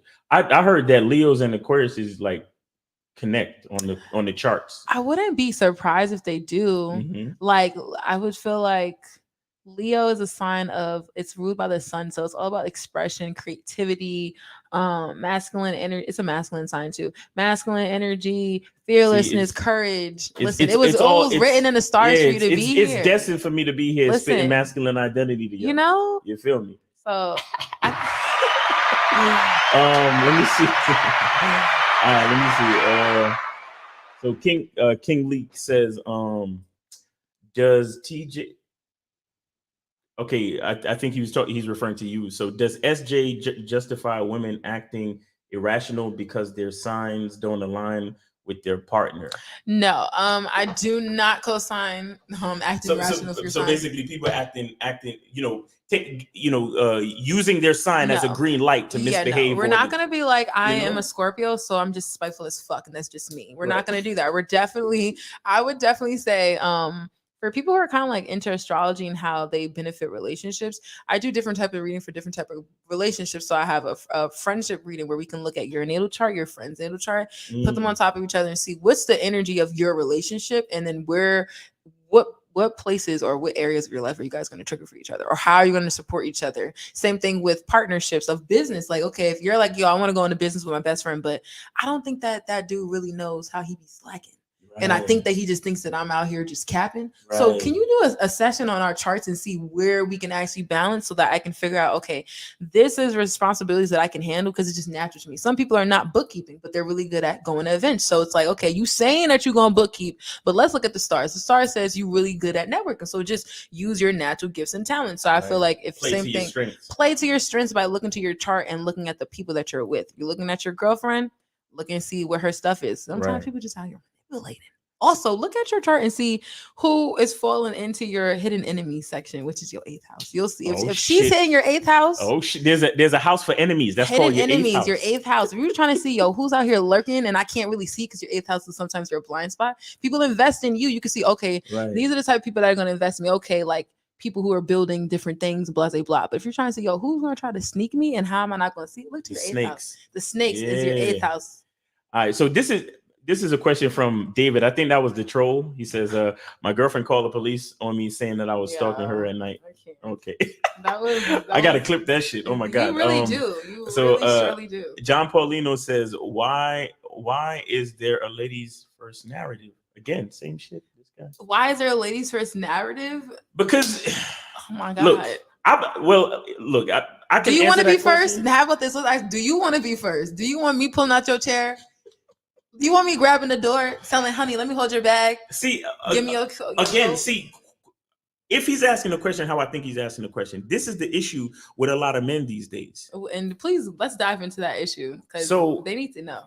A lot of men got vagina envy. Do you understand what I'm saying? A lot of men look at a woman's place in the world and they envy her. Like, for example, there's guys out there who they hate the fact that a woman can put up just a picture of herself in a bathing suit and she get 1,000 likes on Instagram. Mm-hmm. And they'll put up a picture of them in the most expensive like Tom Ford suit or tuxedo or whatever, and they'll probably get like 7 likes. And you got some guys out there that pisses them the fuck off that a woman could just be and everybody gives her attention. So it's like they have this vagina envy. And the thing is, to me, it's really because men just don't know who they are. And this is why I do what I do. Yeah. Because as a man, I cannot envy a woman. You can't envy your woman. That's termites that's foundation. Oh, that's like, oh my God. Like a lot of men really say that they want these women who are like in their power, in their thing, in their right. But like, do you really can you really handle that? Are you really that person who's going to be able to support her and not look at her like, yo, why she shining so hard? Why the niggas talking? It's like, do you want her to only be a present for you? Like, no, God gave you that gift for the world, baby. It's not just for you. You're able to. I feel like people should feel more appreciative of to be in the presence of other people, and because we're experiencing everybody. Exactly. Exactly. I think I like that vagina envy. Men really have to. I feel like it's sad because women who I think sometimes men be like, yo, you don't got to do nothing but show up and you get people buy you bottles and blah, blah, blah. Right. But I feel like it's because women, even though sometimes it's egotistical, they walk in an energy of I deserve. Sometimes it's egotistical, Right. but that energy of abundance necessarily is my birthright. And I feel like a lot of men, they don't walk in that energy that this is my birthright, because sometimes you feel like you need to take care of people and not be taken care of, or just putting yourself first. So I feel like if men walked with a abundance is my birthright, I deserve these things, then Right. you wouldn't really feel the way if bitches is not out here liking your Instagram pictures. Right. Because it's kind of little stacked odds. Like she can take her clothes off and you're gonna buy things and put more clothes on to get attention. It's not even stacked real even. I personally feel. I just feel like it's a beautiful thing to recognize that men and women are different. And with that being said, each of us as a species, as a gender, whatever, we have our strengths. Yes. And we have our weaknesses. And I feel where I'm weak. Oh, yeah, you're right. Where I'm weak, a woman will come in to help make it strong and vice versa. Yes. 630, you're on live with Miles Cunningham and SJ the Alchemist. What's going on? Miles, what's going on, brother? Appreciate you having me on. Yes, sir. Hey, What's on up your with last point, Yeah. you are 100% on point. I think that most men are walking around with the envy of a woman, essentially, in what she is. You look at nature, and everywhere the man has the burden of performance. Right.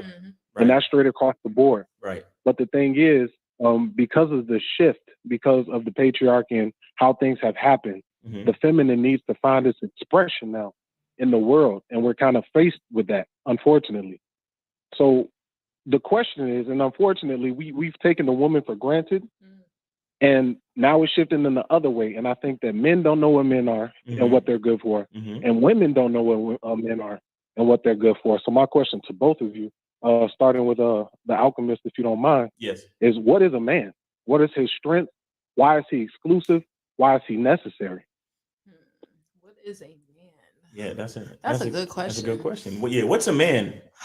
I feel like Go check your pizza chart and tell us. for real. We got to put it. We're gonna pull up. I think. Oh, she about to hit us with some shit. Look. I always say that I feel like there is a basics of the basics, but then everything else is tweaked based on what you think, because it's really your vision and your own, your thing. So you're not playing into the system and blah, blah, blah, blah. But in a sense, I feel like what makes a man is the ability to lead, to be able to be to empathize with people, but also be able to have the clarity and the ability to make decisions on the spot, to also be a protector, and that's your innate nature, to also not fear vulnerability. I think society has a real messed up version of what a man is, and they're like, okay, vulnerability is not a thing. No, being vulnerable and being able to stand in your vulnerability, but making clear cut decisions, and being able to be a leader, being able to protect, being able to be intuitive. You got to know what's going on too. Your woman, it should not just be like the woman's going to pray for her man and pray for the household. No, the man should also be a spiritual figure of power in the household as well, or in the relationship, or just a figure, a person who stands on your code, whatever that is for you. But I feel personally, a man is somebody who stands on their code, moves with integrity, is not afraid of feeling emotions and expressing emotions with clarity, and shows up when it's uncomfortable and does what you're supposed to do, not what society tells you to do. But for example, if you believe that you was put on here for a purpose and your purpose is higher than you, then you're not doing what you want to do. You're not serving yourself. You're serving a higher purpose. So I feel like a man, somebody committed to their vision, dedicated, faithfully dedicated, and believes in himself, and has a very high sense of self, or sense of self-awareness. Because how can you have a family if you don't have a sense of awareness? How can you have a family if you don't know how to be in lead, how to make decisions, how to feel what your wife or what your partner is needing? Intuition. Men have an intuition, and I feel like I'm really curious, and I love helping men explore their intuition and how that expresses itself, because I think it's a little different from women. But men have a gut intuition too. I think leaning more into that will help you be able to cultivate your identity, or what you feel like as a man. And I think men are really needed in society, and not an overly masculine man, but a man who is clear on his vision and acts on that with no fear. I think that's really a man. That's what we need specifically, especially as women are kind of coming into their thing. You need men who are fearless, who are going to be willing to stare demons in the face and not be scared, even if that is yourself. Right, man, heavy. But what do you think? You a man. To answer the question, I just think a man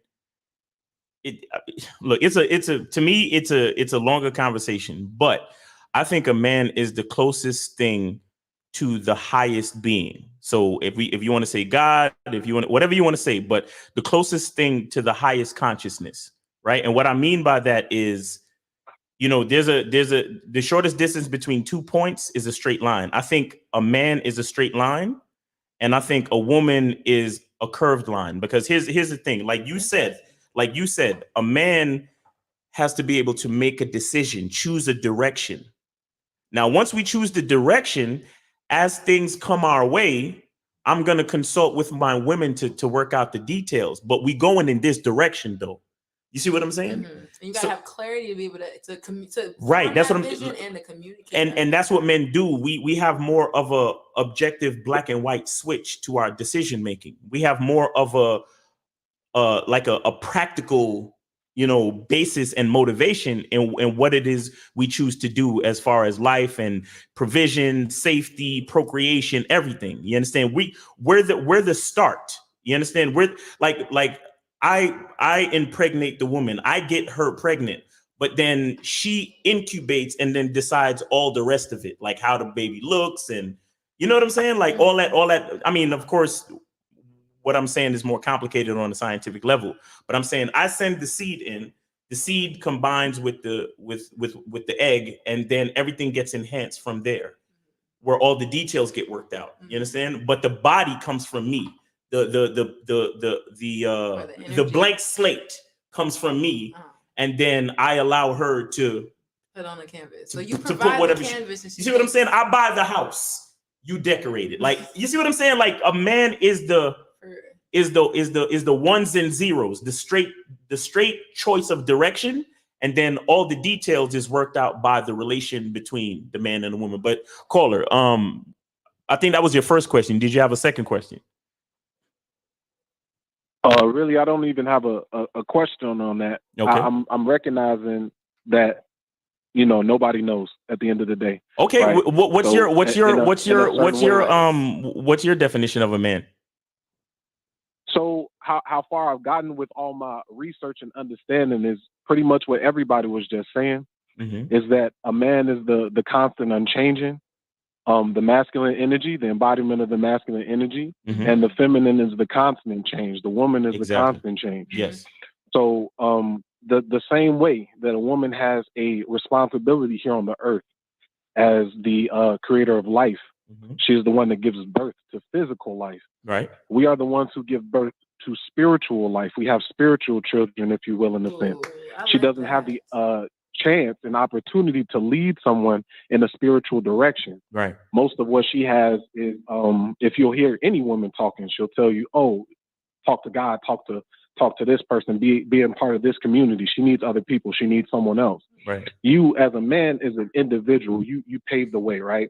And that's in a spiritual sense. But I just wanted to say to the people in the callers, because I'm going through stuff myself, understand that even with this change in the energies and the empowerment of women, mm-hmm. it kind of puts you in a place of lack. Mm-hmm. But truly understanding that everything has a purpose on the planet. You as a man are necessary, no matter what anybody tells you, right. no matter what movements are happening. You are necessary, you are powerful, you are exclusive. And find out what that is, stand firm in it. Anybody who's in your way, move them out the way. Got you. Appreciate you, man. Thanks for calling in, man. Appreciate you. All right, brother. All right, take it easy, man. That was dope. That was Any follow-up comments? I think I was gonna say that I feel that when he was saying women sometimes they need groups of people, they need people to help make a sound spiritual decision. I think that depends on the type of women that you're with, but I think nonetheless, kind of what he was saying was pretty much kind of accurate. But I do think that it's sad because there's a whole bunch of debates of what started what and who's more important. But I think that like the universe shows you or God shows you that they're both important. Yeah. And it's sad that society, there's been this like upside down turnsy table, which makes everybody feel like, no, you're the favorite, blah, blah, blah, blah. Right. But I think that I have 4 brothers. I have 4 younger brothers. So mm-hmm. Growing up, there was a lot of programs for girls, but my mom always was like, there's no programs for boys. There's nothing for boys. I feel that women have a more clear cut understanding of their role or their importance and what, based on, just society and the things that the support systems and resources that are provided exclusively for women. Right. But I think that at least when I'm trying to do what you're doing, and other people are trying to create exclusive supports and resources for men to be able to cultivate that same vision. Because in all honesty, I do think that there's a demasculization of men or and trying to feminize men that's going on. And I think that men feeling unappreciated by certain things and not knowing not being instilled what they're supposed to do besides just come home, provide and do the basics. There's no bigger purpose instilled in men. Right, so I feel like trying to instill that bigger purpose by looking at your natal chart and doing different things will kind of help balance the scales of men feeling like, having pussy envy, vagina envy. Yeah, sorry. Yeah, I think it would kind of balance the scales if you teach men what makes you, not just collectively, but what makes you. Yeah, that's very important. Because then that's men, everybody's just do be comparison. You think you're better than women, then you get in a room with men and you're comparing men. It's just I think people need to cultivate their vision of what they're supposed to be. We can battle all day. We got a lot of questions coming in. All right, listen. Yeah, we got 20 questions. 20 questions? Literally 20 questions. All right, so let me see. This next one says, what can be said about those Sagittarius ones that are born on December 21st? December 20th. That was such a specific date. Yeah, that's super specific. I'm assuming that's you. Hey Sag, I am a Sag moon. That's Ricky Webster. Ricky, what's up, Sag? The bow and arrow. I am a Sag moon. So Sagittarius is ruled by the planet of Jupiter. Jupiter is a planet of luck, blessings. All right, so we got what he say? Wait, 15 other questions. So what did he say again? We're gonna need the shorter version. It says sorry. It says, what can be said about the Sagittariuses that was born on December 21st? Sagittarius that are born on December 21st, I feel like you're a Sag that is seeking adventure. You're constantly trying to use your human experience, whether it be in a relationship, jump into some shit, go skydiving, use life experiences to further understand your own consciousness or further understand the collective consciousness. So Sagittarius be learning by struggle of hard knocks life or just experiences nonetheless to try to further their understanding. All right. Nice. That's Sag. Nice. All right. So the next one says, I'm a Gemini. I'm inconsistent in certain things I want to do. And I take things personally when women say no to me when I ask them out. How do I fix that? See, a lot of these guys need to schedule a session consultations with you. And is your first one free? Yeah, my first consultation is free. Definitely schedule a session so we can get this. I don't know. You're right. You told me this. You was a lot of men rejection. I didn't know this is a prevalent thing. I did not know. But give him the short. Okay, so Gemini, your ruler is Mercury. So it's all about communication for you. So you're saying women, they be rejecting you. I feel like for you, if you're communicating your truth and they're rejecting it, whether that's, hey, I'm really getting to know you, you're communicating what you want, your intentions, and she's not really here for it, then it's kind of actually that rejection is protection for what you actually want. So your voice is really powerful, but your thoughts are really powerful. So if you're being met with obstacles, quote unquote, it's really just you need to pivot or you need to readjust your vision. That's not it. Right. So these women that you're walking up to, you may be letting your eyes talk more than what the energy is feeling. So that rejection is protection. A lot of guys do that. Yeah, because they think the Instagram baddie is the prize. Yeah, you can't think that the Instagram baddie is a prize and want to walk up to the shorty and be like, so when's the last time you went to church? That doesn't work. Exactly. You gotta align. It doesn't work at all. Oh, this was him explaining his question. He said, what I mean, he said, why is there a ladies first narrative of men are the prize? What? Why is there a ladies first narrative? Oh, I think he's saying if men are the prize. Men are the prize. Because I think this is another battle that we're going through of who's more important. You need both to have a kid. So it's kind of men can't. I've heard in the story, I don't know if this is true, but I've heard that women back in the day, we were the first people here, so we was able to create life, blah, blah, blah, blah, blah. But that goes back and forth with people who believe immaculate conception, all these different things. But nonetheless, I do feel like it's okay, if you're a man and you want to continue your bloodline, you're gonna need a woman. Right. We get your last name. It's so many. What do you mean first?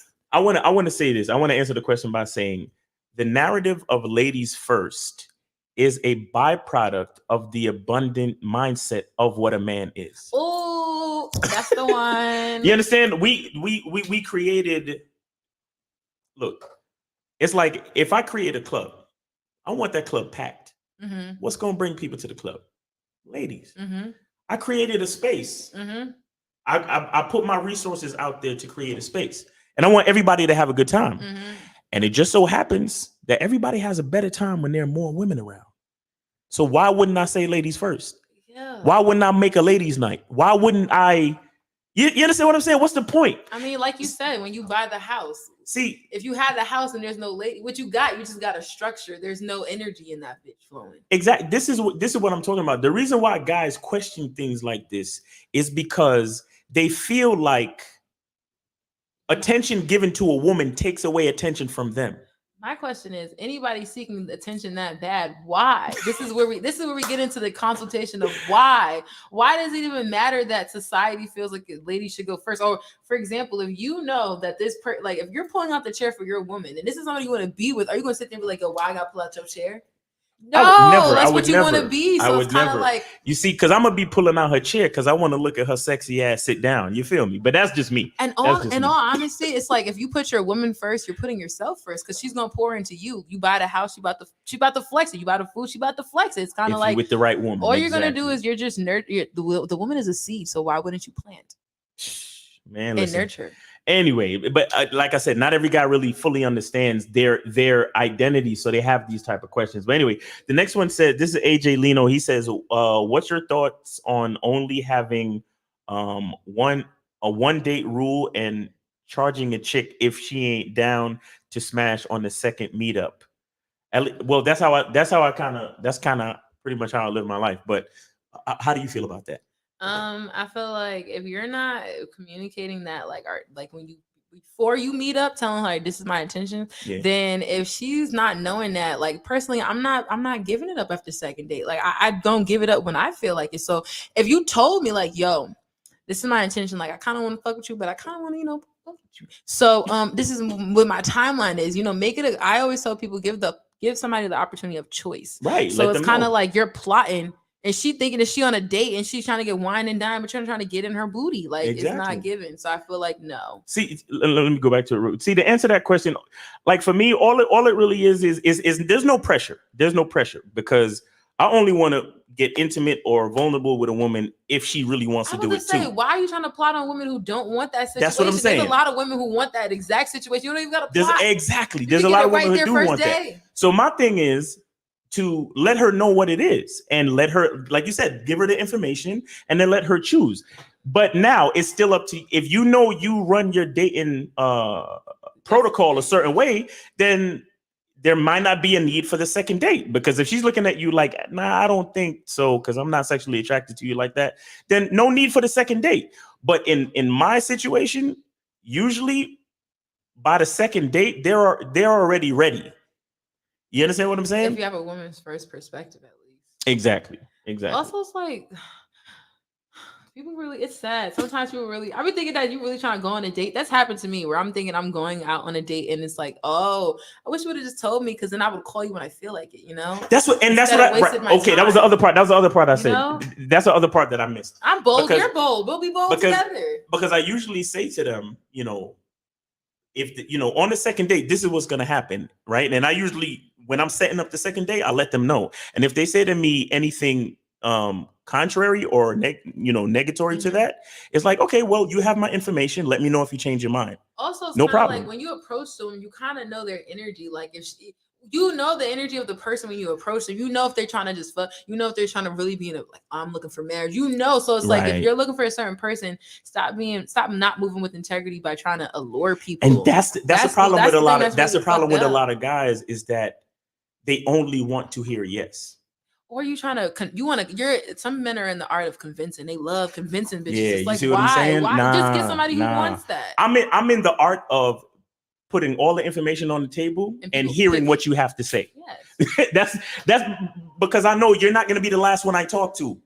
So I'm not worried about what you say. But you see, that's because you have confidence. Some people be thinking that they got to finesse because that's the last catch. That's the last one. But it's abundant out here. There's mad fishes. Facts. If you throw that whole back.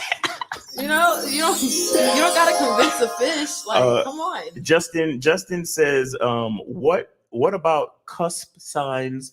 For example, like Sagittarius and Scorpio cusp.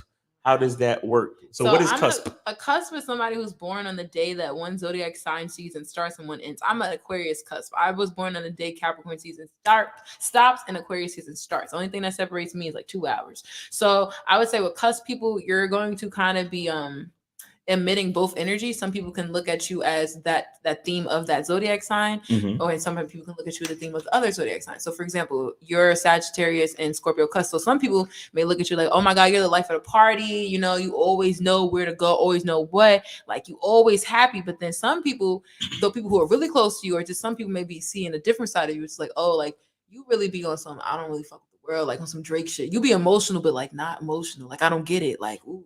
So it's kind of like you have both energies. Drake is emotional and not emotional. Yes, Drake is a Scorpio. Drake, you hear his songs, he be saying shit just like, damn, that's your feelings, but damn, you heartless. See, I make it a point to only listen to the songs where Drake is spitting heavy. I don't listen to the emotional songs. The emotional songs, it's gonna have people like, damn. Yeah, that's the emotions of a Scorpio, right? But you're saying basically cusp is when they're like right there in between signs. You're right so in between. Both energies. Yes, you emit both energies, and if you look to sidereal astrology instead of tropical, which we all follow, you'll probably find out you're like in sidereal astrology. In sidereal astrology, I'm a Capricorn sun, but in tropical astrology, I'm an Aquarius. So you're gonna emit both energies when you're a cusp. And people may mistake you, like, oh, are you blah blah blah? They always ask crap like this, but does size matter? Basically, whenever they see a female on a forum, they always questions like this always got to come through. I feel like those who are asking, no offense, you're always worrying about it, so maybe your size matters.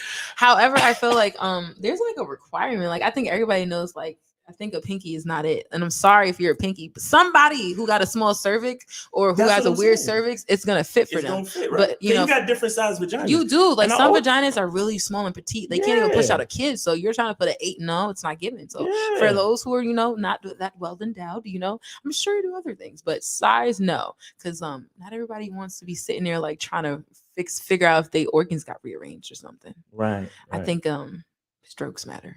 Strokes matter. Stroke stamina. You know what I tell the guys too? I always tell them that instead of worrying about the size of it, try to make sure it's as hard as it can possibly be. Yeah, like if you're sitting there worried about your size and now she gave you a chance, she's like, I don't even care. Like you fine. The date was fine. The vibes are fine. Like I don't even care. Like I felt it. I knew it wasn't that big, but I kept with it. You sitting there about to put everything on and you like she's about to be damn. You're a small. Right. If it's limp, it don't matter. Yeah. If it's limp, it don't matter whether it's huge or it's small. If it's limp, it don't matter. So I'm like, selfish. Take care of yourself. Make sure you out here having your vegetables. Make sure you're out here doing your exercise. Make sure you're taking care of yourself. I'm about to do a shameless plug. Make sure that you're taking your herbs, because for those who want to like increase something, I'm not going to say it's about to be given like or like, extendo, like you got surgery, but I will say that sometimes based on your lifestyle kind of shrinks what God gave you. If you out here popping up on Red Bulls, smoking Newport packs and,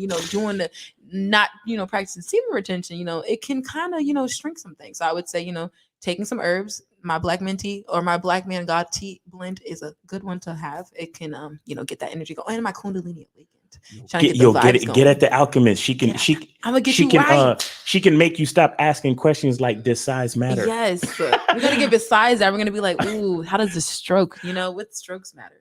Any experience with yoga? Yoga, I like yoga. Yoga is really cool. Does it have anything to do with what you do? Or yoga sometimes for people, if you're a person who likes yoga, like I said, I try to create modality plans and packages based on what you naturally kind of like and do, along with some things that we need to expose you to based on your chart. So if you're somebody who likes yoga, like there's some chakras that are ruled by yoga positions that can balance your chakras. Like I was saying, men, if you're trying to balance that root chakra, you could look up literally on Google yoga positions for root chakra, or yoga positions to balance your spleen, or yoga positions to whatever you're trying to do internally or physically. There's a yoga position to kind of help balance that energy. So yoga, body movement, all those things kind of go hand in hand. I would say a little tea session before the yoga to really get the energy flowing.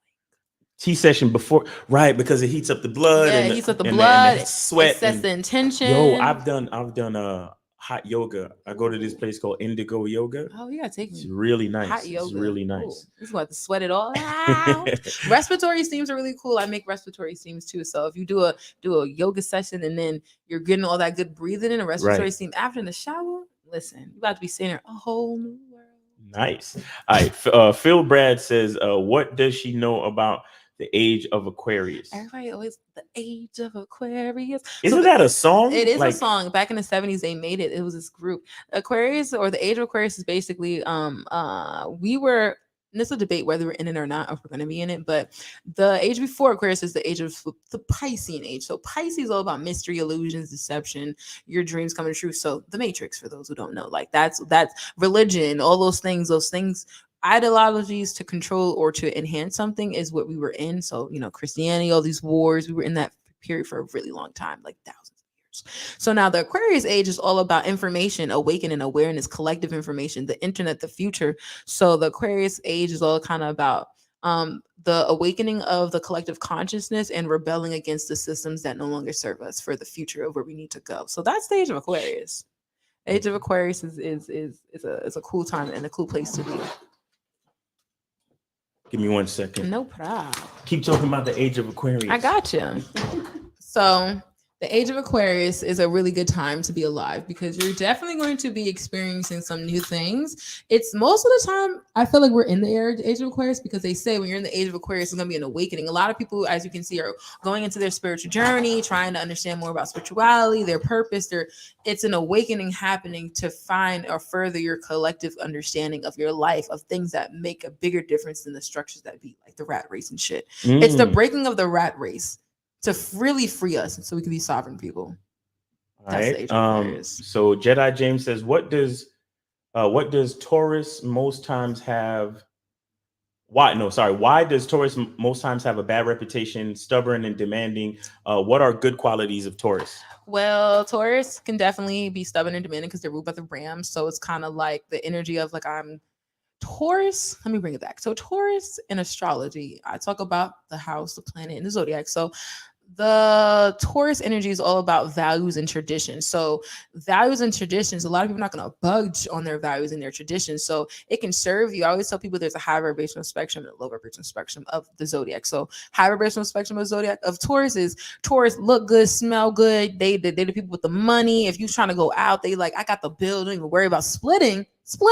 No, I got it. It's okay. I got it. It's on me. That's Taurus. You can probably spot the Taurus Negro in the space where he's got the watch on. He's feeling himself. That's Taurus energy. It's abundance. We're in Taurus season right now. However, the other spectrum of Taurus. I'm a Leo though. You feel me? You're a Leo. See, it's shining, blinging things, But yeah, you can find that Tauruses sometimes lack the ability to, make the necessary decisions they need to make because they're stuck in their ways. Or they can find themselves kind of upholding the structure of the family. So like you're a Taurus, you really want to be a painter, but because your family values is going to school and being a lawyer, you're now battling whether you should do that. Oh, okay. So you be trying to really figure out how you can go against what you know. Gotcha. All right. So JPaz says most people can't guess my sign because I've grown and absorbed other signs and personalities over the years. Can you really judge your entire life based on your birth sign? No, you don't judge your entire life based on your sun sign because it's really funny in astrology. There's a lot of things that people don't know about astrology that I think is really cool. Like every year of your life, there's a theme. Like if you're like from the year 0 to 86, kind of like the Chinese New Year. Yeah, there's like a theme, and you can find out like what's the energy, what's the focus of your life. So things like that influence things, and it influences the expression of the zodiac sign. But I do feel like for example, I think it's your rising sign. Your rising sign changes every few years as you get older. So I feel like no, you cannot look to somebody's sun sign and try to find everything about them. But like I do, if you look to their natal chart, you can definitely find some credible things about them. And your natal chart, it basically tracks your progress, what's going on, where you're at in life. So yeah, I think looking to somebody's natal chart, you could find out a lot of things about them, where they're at, where they're at in life, where they're trying to go, where they're trying to do, especially when looking at the planets of today and how they're influencing your chart. And that's called a transit chart. Gotcha. All right. Explode V2 says the top 5 herbs for men's stiffness. Now, because I want to motivate them to holler at you, I don't know, maybe you give them only 1 or 2. I will definitely say horny goat weed. Okay. Horny goat weed is a good one. And I will say Damiana. Damiana is a good one because it's an aphrodisiac. It's my favorite blend, by the way. I be using that. That's my little secret signature in most of my blends is Damiana. And you got that stuff on deck? I do. Pull up on at the House of Art. And where they supposed to get at you at? You can get on Instagram. You can click the link in my bio. It'll have more information of everything. But yeah, you can DM me and be like, yo, I heard about them blends you was telling.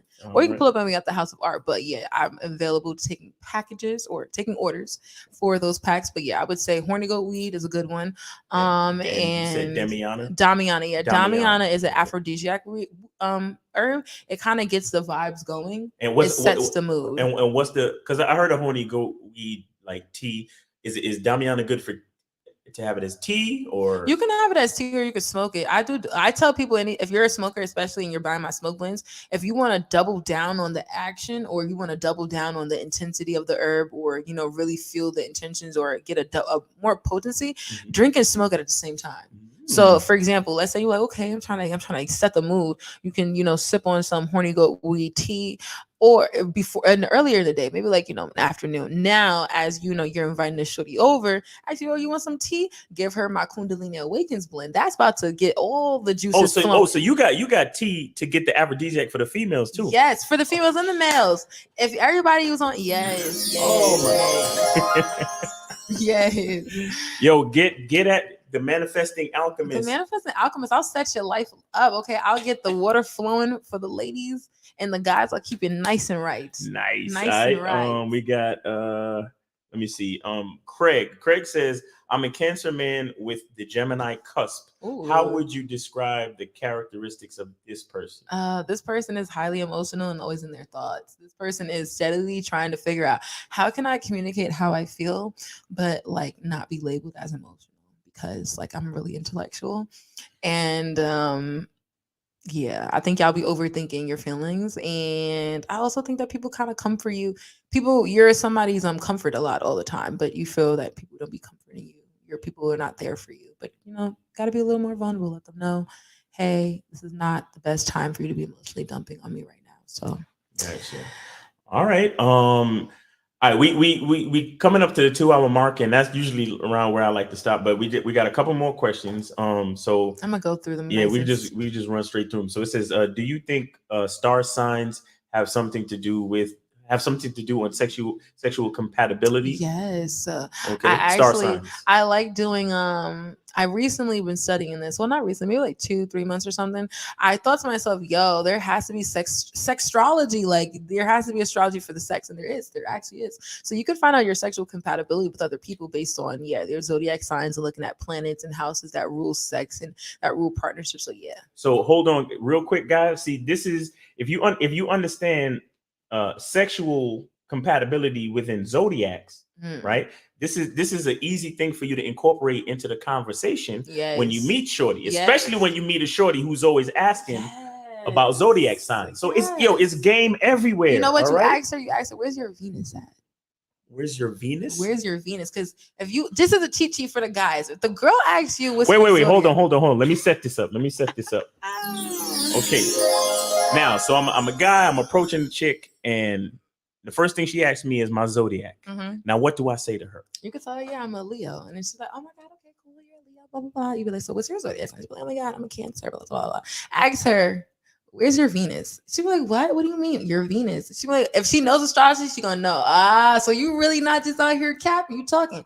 You're finding out her Venus sign will be able to tell you what she likes. So for example, if she has her Venus in, let's see, she got her Venus in Gemini, she wants somebody who's gonna listen to her speak.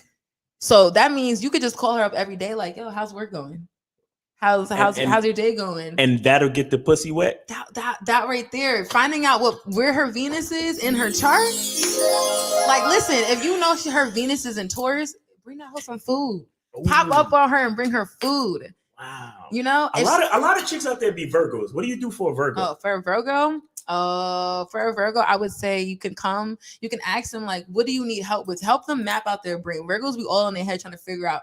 Virgo rules everyday routine, your structure, and like organizing and analyzing things. So sometimes for the Virgos, they be all in their head. So they would want somebody who's gonna help them go through their thoughts. Like sit down and be like, if she's somebody help organize your thoughts. Yeah, so if she's like, yo, I can't go on a date with you because I'm trying to plan this business meeting and I'm about my business, you like, oh, I like that shit. Okay, but I still want to see you. Ask her, can I come over? Like, I'll buy you a whiteboard. Let's really get it done. Let's organize. We can plan it out. That's about, you about to plan? Yeah, find out. So wait, I can make the vagina wet just by planning something out? Planning. Listen, this is why ladies first, when you plan the date, and you know her Venus is over. Oh, it's guys, over. You heard it here first.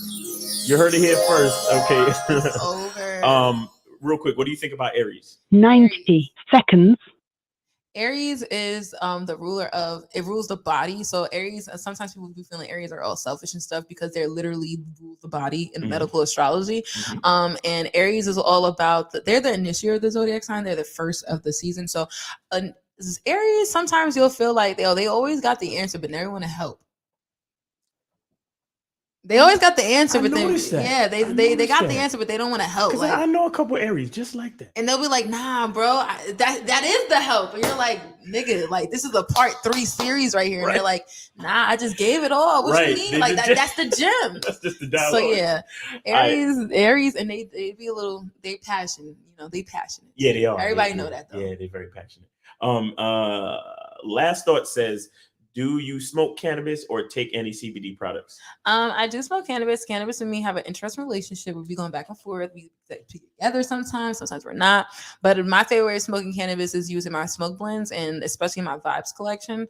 My favorite blend to smoke is my Perspectives blend. It really allows me to be communicative and also be able to be introspective and be like have that third person point of view while still being able to communicate. So I like mixing my weed and my stuff. So anytime if you ever pull up on me and you in a site, baby, there's some manifest magic sprinkled up in that blunt. And so CBD, I make CBD products like, spiritual baths and butters and things like that. So I like CBD for topical use, not really for smoking. Topical. Okay. Yeah, topical. All right. Big Daddy says, what are traits in your opinion of Capricorn? Traits of Capricorn. Okay, so I got a few Capricorns that are close to me. My mom's a Capricorn. I know another Capricorn that's close to me. And that Capricorns, I feel like Capricorn in the zodiac, they're known as the grandfather of the zodiac. They're the OG of the zodiac sign, the last of the zodiacs. They are known to be able to provide support and structure. They are the people that come in and be like, no, this is wrong. We're going to do this, and it's going to take time, because Capricorn is ruled by Saturn, which is time, things that take long-term time. So Capricorn really be trying to focus on like what needs to get done and how can we get it done. And Capricorn, sometimes they be feeling like people don't really realize what they bring to the table until they're no longer there, and then people are like, oh my god, like the nails, I didn't know that we needed nails, but I guess I forgot that nails is what keeps this table together. Right. So yeah, that's kind of Capricorn. Like they provide structure, but they be in their feels and don't be able to articulate. It'd be hard for Capricorns to articulate how they feel, because they feel like in order to be able to provide the structure that they need, they have to be able to have clarity. So emotions for Capricorns and vulnerability is not their favorite thing. They be sitting there like, that's not, what is that going to do to help this right now? It's like, my dad's a Capricorn, and you are basically describing him to a Listen, I know Capricorns, they be sitting there like their favorite thing is, I'm not emotional, but yeah, you hurt me, but yeah, I'm not emotional though. I'm like, yo, that's crazy. Nah, I'm not even gonna get into that conversation. Astrology really be out here. This is why yo, that's my pops, like straight up. Now, if we knew his moon and rising, we really get into him. Like, this is how he really feels, and this is what he really feels communicating. Explode V2 says, thoughts on women controlling men through the food they cook. Through the food that they cook? Yeah. Women control men on the food. I don't know. I mean, are you saying like girls who be putting period blood in spaghetti? That's what I was about to say. Yeah. So for the hoodoo hoes, I feel like men, this is why I also love teaching men about their own intuition, because sometimes there's a thing so we all know about mermaids, right? But then there's something called a siren. So a siren. Watch out for the siren song. Watch out for the siren. Sirens in the folklore is about women who basically look good, feel good, and they allure men, and because men want to capture them, and they have this, ooh, I want you, and not, ooh, I'm gonna support you. They then go to the ocean with a siren, and siren takes them in and eats them, or brings them to the group, whatever, or drowns them. Yeah. So I would say watch out for sirens. That's why you need spiritual discernment and your intuition be on point, because sometimes what looks good isn't always good, and just because they practice whatever they practice, and they like, yeah, like, you know, I be doing candle magic. You gotta have your own spiritual discernment, because you also can do those things. I think a lot of times men be looking for spiritual counselors and they women, but not realizing sometimes women are looking for a man who has all that energy that they have and don't recognize it and manipulates it. With the vagina too. When you throw in the vagina, you throwing food, and you throwing like, oh, I understand you, and you throwing some girl know your natal chart, it's over. And ego strokes. Throwing a whole bunch of that, and you're not spiritually discerned, or you don't have intention, or your intuition isn't, your gut feeling isn't overriding your dick feeling, it's over. Your gut feeling got to override your dick feeling. You heard it here first, guys. This is what I teach. This is what I do. All right, so we about to close one more time. How can the people get in touch with you? First of all, it's been a great conversation. You did really well. Thank you for coming here today, and thank you for imparting all this knowledge and all this game. I really appreciate you. And tell the people how to get in contact with you. Well, first, people, thanks for having me. Yeah, I didn't know we were gonna get all these astrology questions. But let me find out the men is into astrology. They trying to get the cheat code. Yeah, they trying to get the code. You know what? We have to do a class for your guys, the cheat codes of astrology for women. Hey, listen, when you once I come out with my masculine identity membership, we probably could collaborate on a product. We got to. But guys, thank you for having me. You can find me on Instagram at the Manifesting Alchemist, or you can find my link to my website, consultations, where I'm at. I do a lot of farmers markets and pop-up shops and things like that. So if you want to pull up on me, and consultations are always free, so you can DM me, you can click that contact now, or call me directly, my number. And also you can pull up on me at the House of Art, where I have a residency there. You can catch me Thursday through Sunday. Those are the days that they're open. You can pull up on me there. You can also book a consultation with me to have a meeting at the factory, where I will be doing consultations, walkthroughs, and some workshops there. So a lot of things coming up, but to get in contact with me, to know what I'm doing, to follow me, Instagram is the best way to go. All right. So Instagram at the Manifesting Alchemist. All right. Perfect. So guys, that has been the show. Thank you so much for chilling with us. Y'all know how important identity is.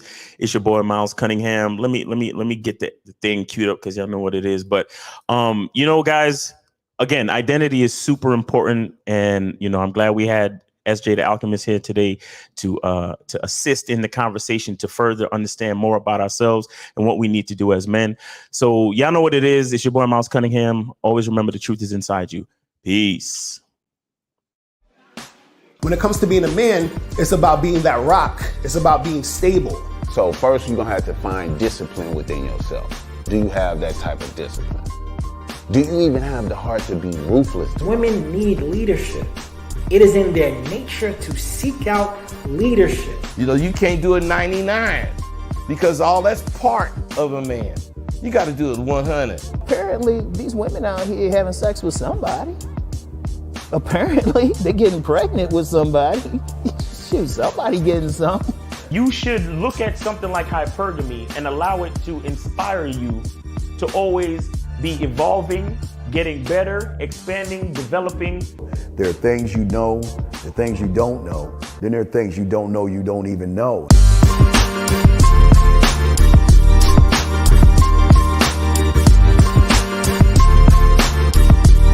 There can be 10 of us in one room, and there's one question, and there's 10 correct answers, all different.